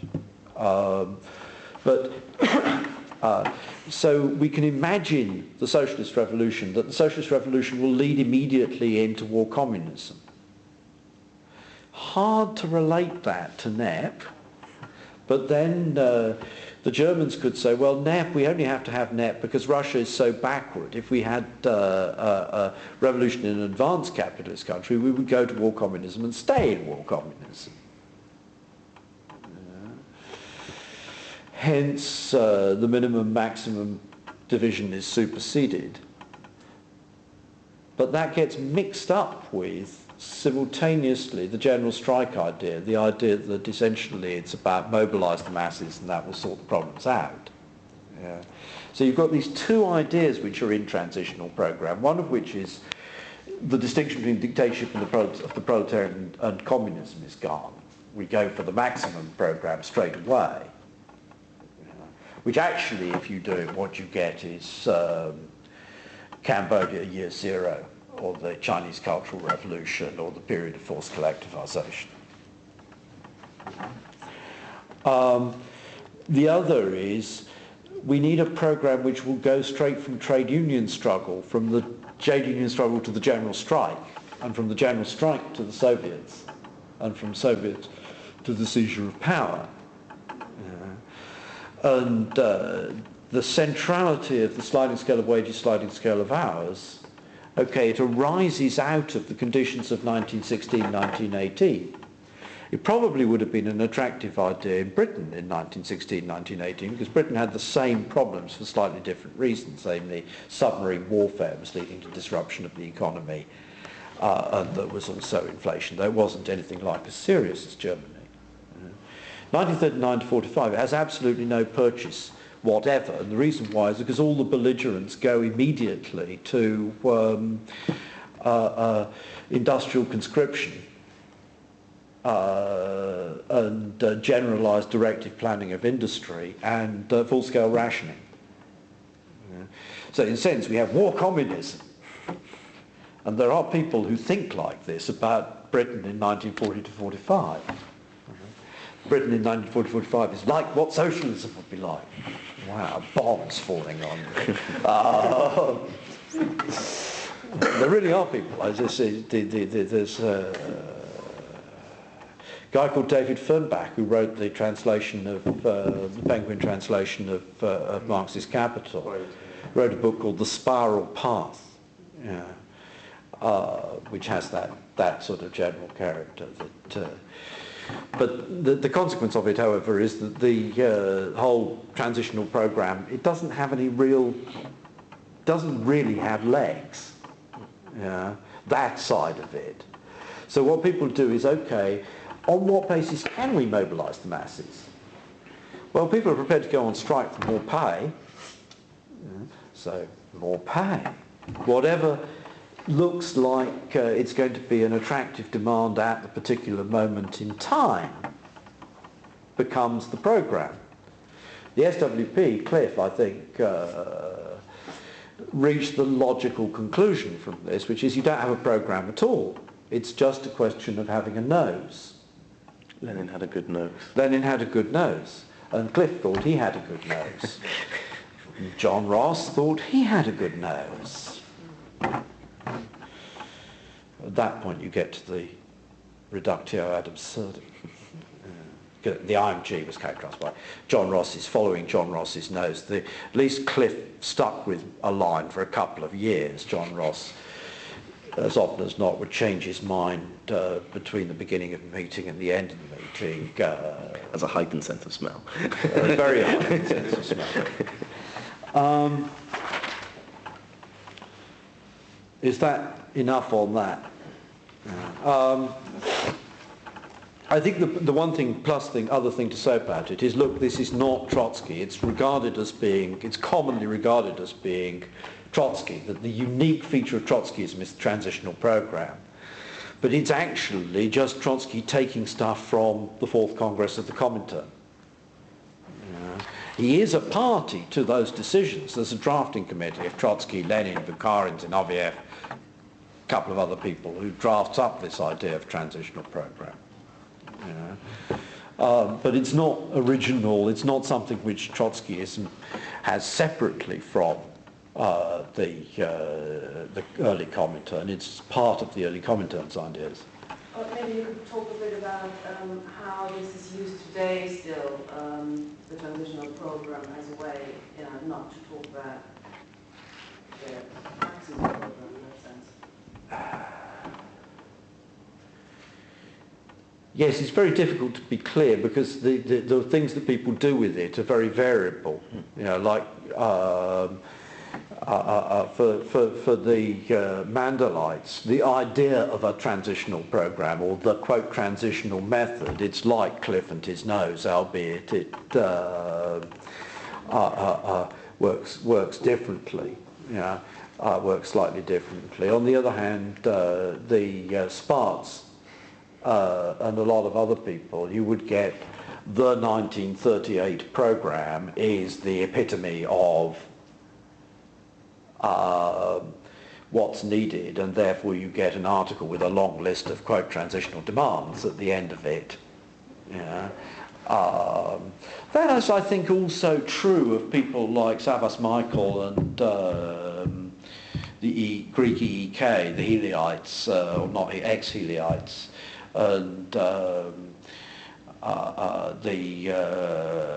Franco, the Partito Comunista di Lavoro in Italy, the Altamirano tendency. I will talk a bit more about tendencies in a minute.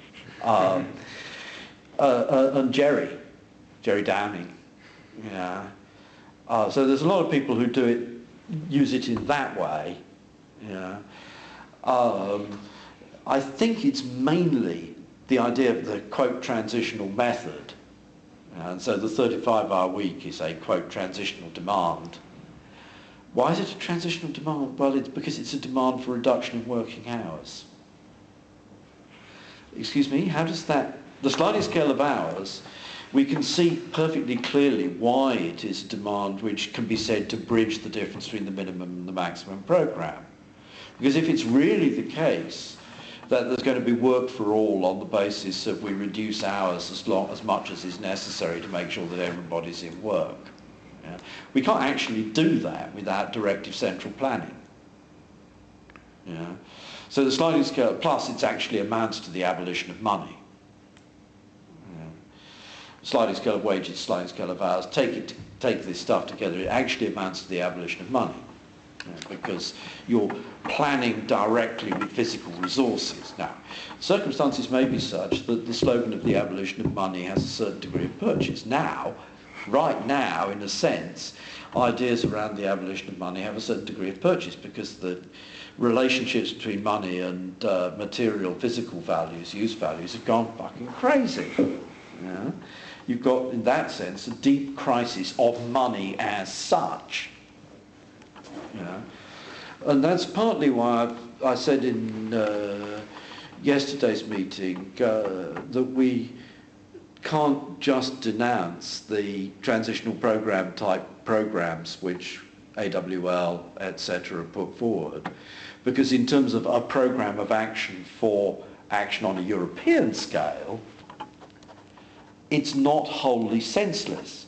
There is a senseless aspect about it, which is that rather than saying up front to the working class, look, the money system is fucked up, we need to find some way of solving the economic problems without using it, yeah, which then has to approach the question of democracy and democratic planning and so on and so forth. What you're essentially doing is trying to con the working class into saying, this is really a brilliant demand for increasing wages, sliding scale of wages. We have sliding scale of wages, you aren't going to have to fight over wage demands every year. Yeah, really. But then when you actually look at it closely, if we implement this demand, we've abolished money. Have you actually persuaded the working class that abolishing money is a good idea? No. So it's the USEC has actually correctly criticised the SWP for having a perspective of conning the working class into taking power. Yeah. And that's in substance what this amounts to. Okay, then we don't actually use the demands of the 1938 programme. We use whatever the hell looks popular. 35-hour week was popular a few years back. European decency, minimum wage set at the European decency level. Yeah.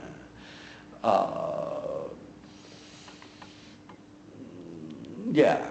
In a sense, actually, there's nothing wrong with using demands like 35-hour week because they're popular. Yeah.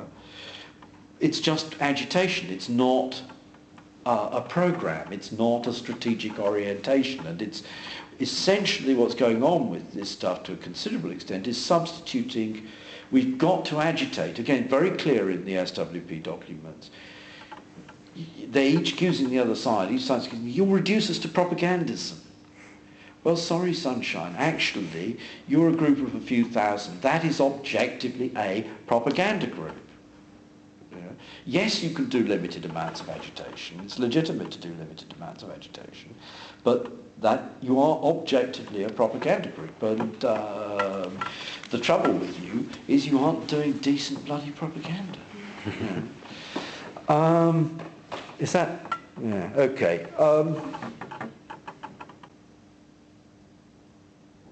Peasants and workers. It's not exactly simply the private property question. The problem is, suppose that you have... well, there's two aspects to it. The first is, suppose you have collectivist peasantry, like the Russian Mir or the Russian Commune. You know, they had periodic redistribution of the land. But actually what that means is the land belongs to the village as against the individuals, but also as against any outsiders. Okay, so now suppose we get rid of the state and we just have a collectivist anarchism of peasant communes. Over the hill, or out in the Gobi, not the Gobi, but out in on the plains, there are people who live not by peasant cultivation, repartitioning the land, but by cattle herding. And if there's a drought, these people are going to want to come and parasitise on the peasants. Who's going to stop them doing so? The peasants aren't going to stop them doing so because living by cattle herding is militarily, it means you've got cavalry and your opponent got infantry, you've got bows and arrows, and your opponents who live by peasantry have got no reason to have bows and arrows. You live doing quasi-military activities. So you take the state away, take the ruling class away, actually a pure peasant pure society of peasant collectives will simply be conquered by the neighbouring cattle nomads. Yeah? If it wasn't, if it isn't people from the plains or riding on horseback, it'll be people from the hills, or people from the sea, for that matter. The pure peasant society you did have, for practical purposes, after the fall of the Western Roman Empire in Britain, for a period of time, a pure peasant society in lowland England, and the bloody Anglo-Saxons, the Scythes, came in from the sea and conquered them, and the Welsh from the hills in parts. So the consequence is actually that a peasant collectivism, even a peasant collectivism, can't run society in that sense. There has to be a ruling class or state over on top of it. Second side of it, who does the work? Peasant household, who does the work? Family. Hmm? The family. The family, yeah. Who owns the outcome? Well, it's theirs, but then they give up a certain household. Yeah. The father. Father, yeah. So peasant society actually lives by the exploitation of female and child labour. It's never the case that you have a peasant society in which there is nothing below the class of peasants. The class of peasants is the class of male fathers and heads of households. And it's an exploiting class. So that the contradiction between the interests of the peasantry and the interests of the proletariat as a class is male and female and youth and old, all in various different ways being exploited by capital through the relationship of labour, the exploitative wage relationship. So the interest of the proletariat in having an effective resistance against capital is to have unity of men and women, of the youth and the old, of the apprentices and the grown-up workers and so on and so forth. Yeah. And that interest is directly opposed to the interest of the peasant in the exploitation of his wife and children. That's a simple, is actually the case, okay, it may be the case that if you're under a tyrannical feudal regime and so on and so forth, the working class and the peasantry, and in fact the bourgeoisie as well, all have a common interest in overthrowing that regime. But that doesn't alter the fact that actually if you look at the social relations of peasant society, in the first place the social relations of peasant society are such that the peasantry can't be free. They've got to have somebody above them forcing them to give up part of their surplus in order that there shall be soldiers to hold the cattle nomads off their backs. And secondly, they are actually an exploiting class. Although they're an exploited class, they are also an exploiting class. If you take away the exploitation of the peasantry, they're still there, they're an exploiting class. So is that helpful? Yeah. That is probably something which, that is not a common CPGB position, that's just me. Yeah.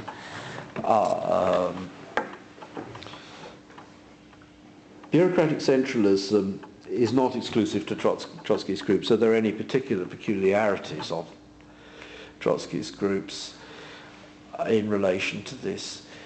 Well, yes and no. In the first place, there is a contradiction present in bureaucratic centralism in Trotskyist groups, which is not present in bureaucratic centralism in left Stalinist or Maoist groups. Yeah? And that contradiction is that the original Trotskyists were factionalists, and indeed disloyal factionalists. Why was Trotsky expelled from the Communist Party? He was expelled from the Communist Party for organising a counter-demonstration to the Communist Party's official May Day demonstration. That's a fact. So that even when Trotskyists say, oh, we're against factions and so on and so forth, there's a conflict. Yeah? There's an inherent conflict. Usually what they say is, we're not against factions, but they have to be controlled. SWP, we're not against factions, but they have to take place only in the pre-conference period. We're not against factions as long as nobody engages in correspondence, horizontal correspondence with members of other branches, because horizontal correspondence with members of other branches is not letting the party as a whole in on what you're saying. Yeah. So we've got various mechanisms for saying we have factions. Yes, of course we can have factions, but only under those conditions that they won't disrupt the unity of the party. Yeah. So that contradiction is there, and again you can see it in the SWP. They're hung up, these people in the SWP discussion, they're totally hung up on this contradiction between, on the one hand they think, wow, the SWP survived where the IMG fell apart, and that's because we banned factions or we prevented factionalism. This is in fact bullshit. The IMG fell apart not because the IMG went on for 10 years with savage faction fighting without, the savage faction fighting started in 69, the organisation didn't fall apart until 86. If anything, the stronger the factional struggle, the stronger the organisation was, because the factional struggle was one of the major motivators for people to learn about Marxism in order to participate effectively in the factional struggle. The contradiction between the different views of different members of the leadership, the fact that you get Tarek saying one thing and John Ross saying another thing and Ernest saying one thing and Joe Hansen saying something else completely different, yeah, motivated people to learn and think about Marxism and to be better Marxists. Yeah. And indeed, the factional struggle led people on both sides to recruit people into the organisation, yeah, and, okay, on factional lines, to build up their own factions, but the effect of it was to build up the organisation. Yeah. So the SWP has this extraordinary illusion. Yeah. Okay, the other side of the coin to this, however, is this. The Stalinists, people who come out of Stalinism to criticise Stalinism, are aware that what they've been doing is Stalinism. Yeah.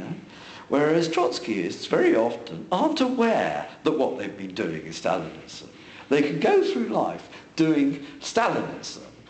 You know, and you could take, with again the SWP, the American SWP finally became aware of it and ceased to be a Trotskyist organisation. But you could go to the SWP leaders and quote J.B. Stalin at them and say, who wrote that?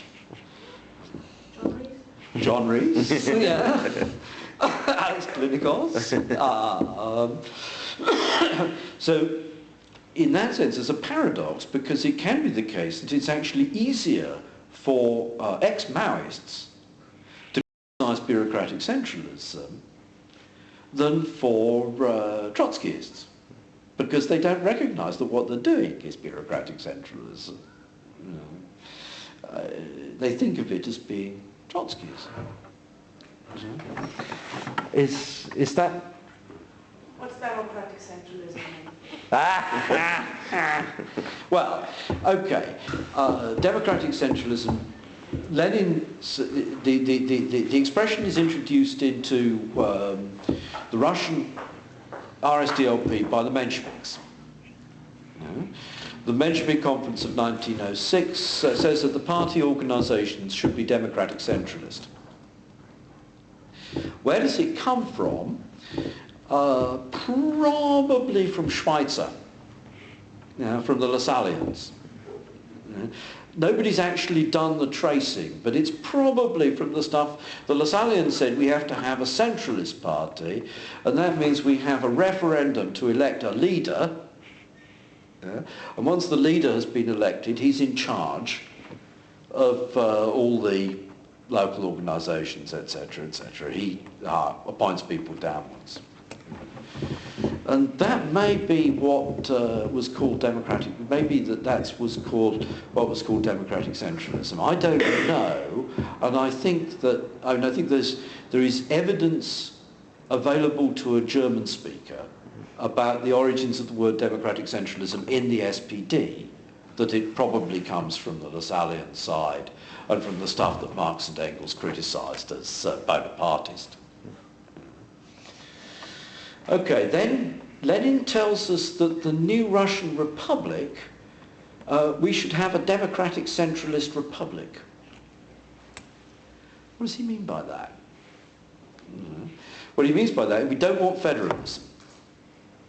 We don't want Swiss-style federalism or German-style federalism, as it was the German the Second Reich was a federalist set up with the principalities which had become attached to the Reich having legal autonomy and so on and so forth.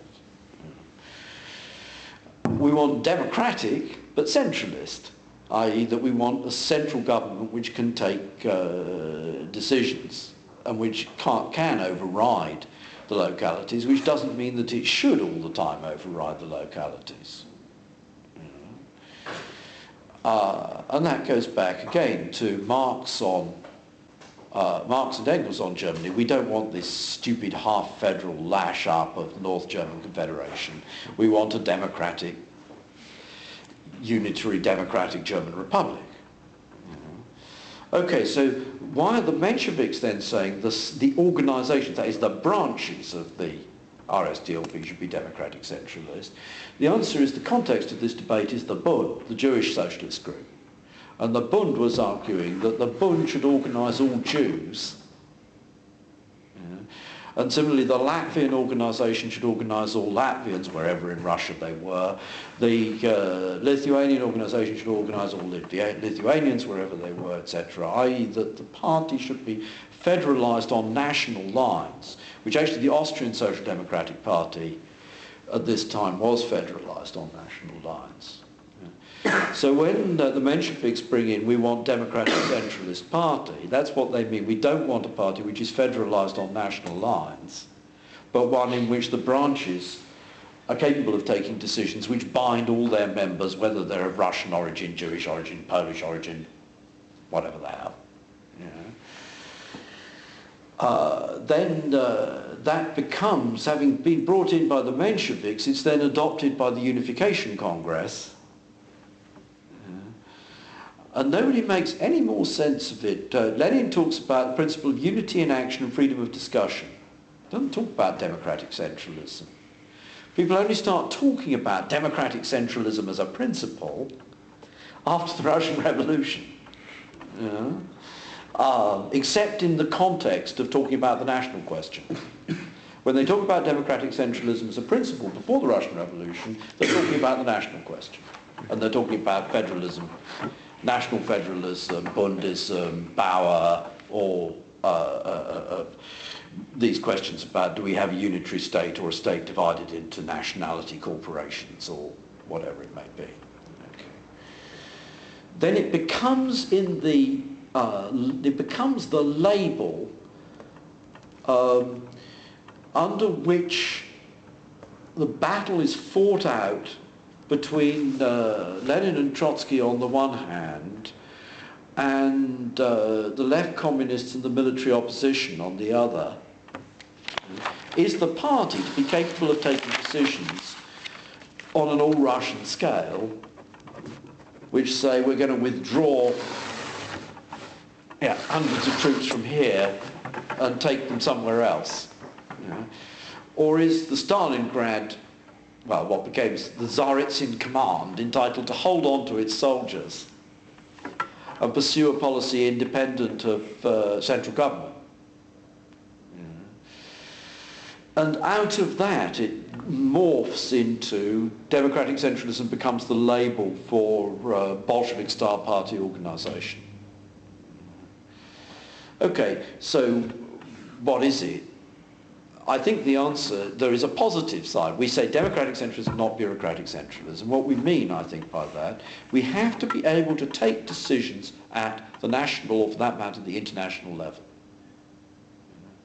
It has to be possible for those decisions at the national or the international level to override what comrades want to do in the localities. Take, for example, John Pearson insisted that Stockport Socialist Alliance's mandate overrode the common line of the CPGB so that he should vote with the Alliance for Workers' Liberty on the question of respect before respect was formed. AWL put up a resolution that it would be unprincipled to enter into any alliance with George Galloway on any terms whatever. John Pearson says, okay, I'm a CPGB member, but as a member of Stockport Socialist Alliance, that's more important than my being a CPGB member. That sort of localism, if you actually carry through on localism, or for that matter on the Bund's idea that the party is to be a series of national caucuses. Or many years back I was involved in a campaign for legislation for lesbian and gay rights. We put up a manifesto and organised quite a big conference. The trouble was that because of autonomism, it was agreed in the standing orders of the conference that all of the groups would have veto, all of the caucuses would have vetoes.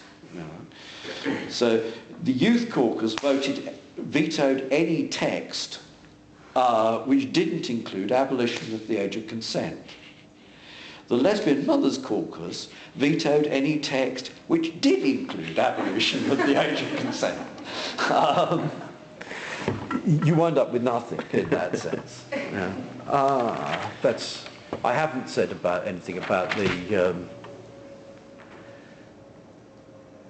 I haven't said anything about the splits and divisions in the Trotskyist movement, but we'd better leave that since I've wittered on too long anyhow. Another time.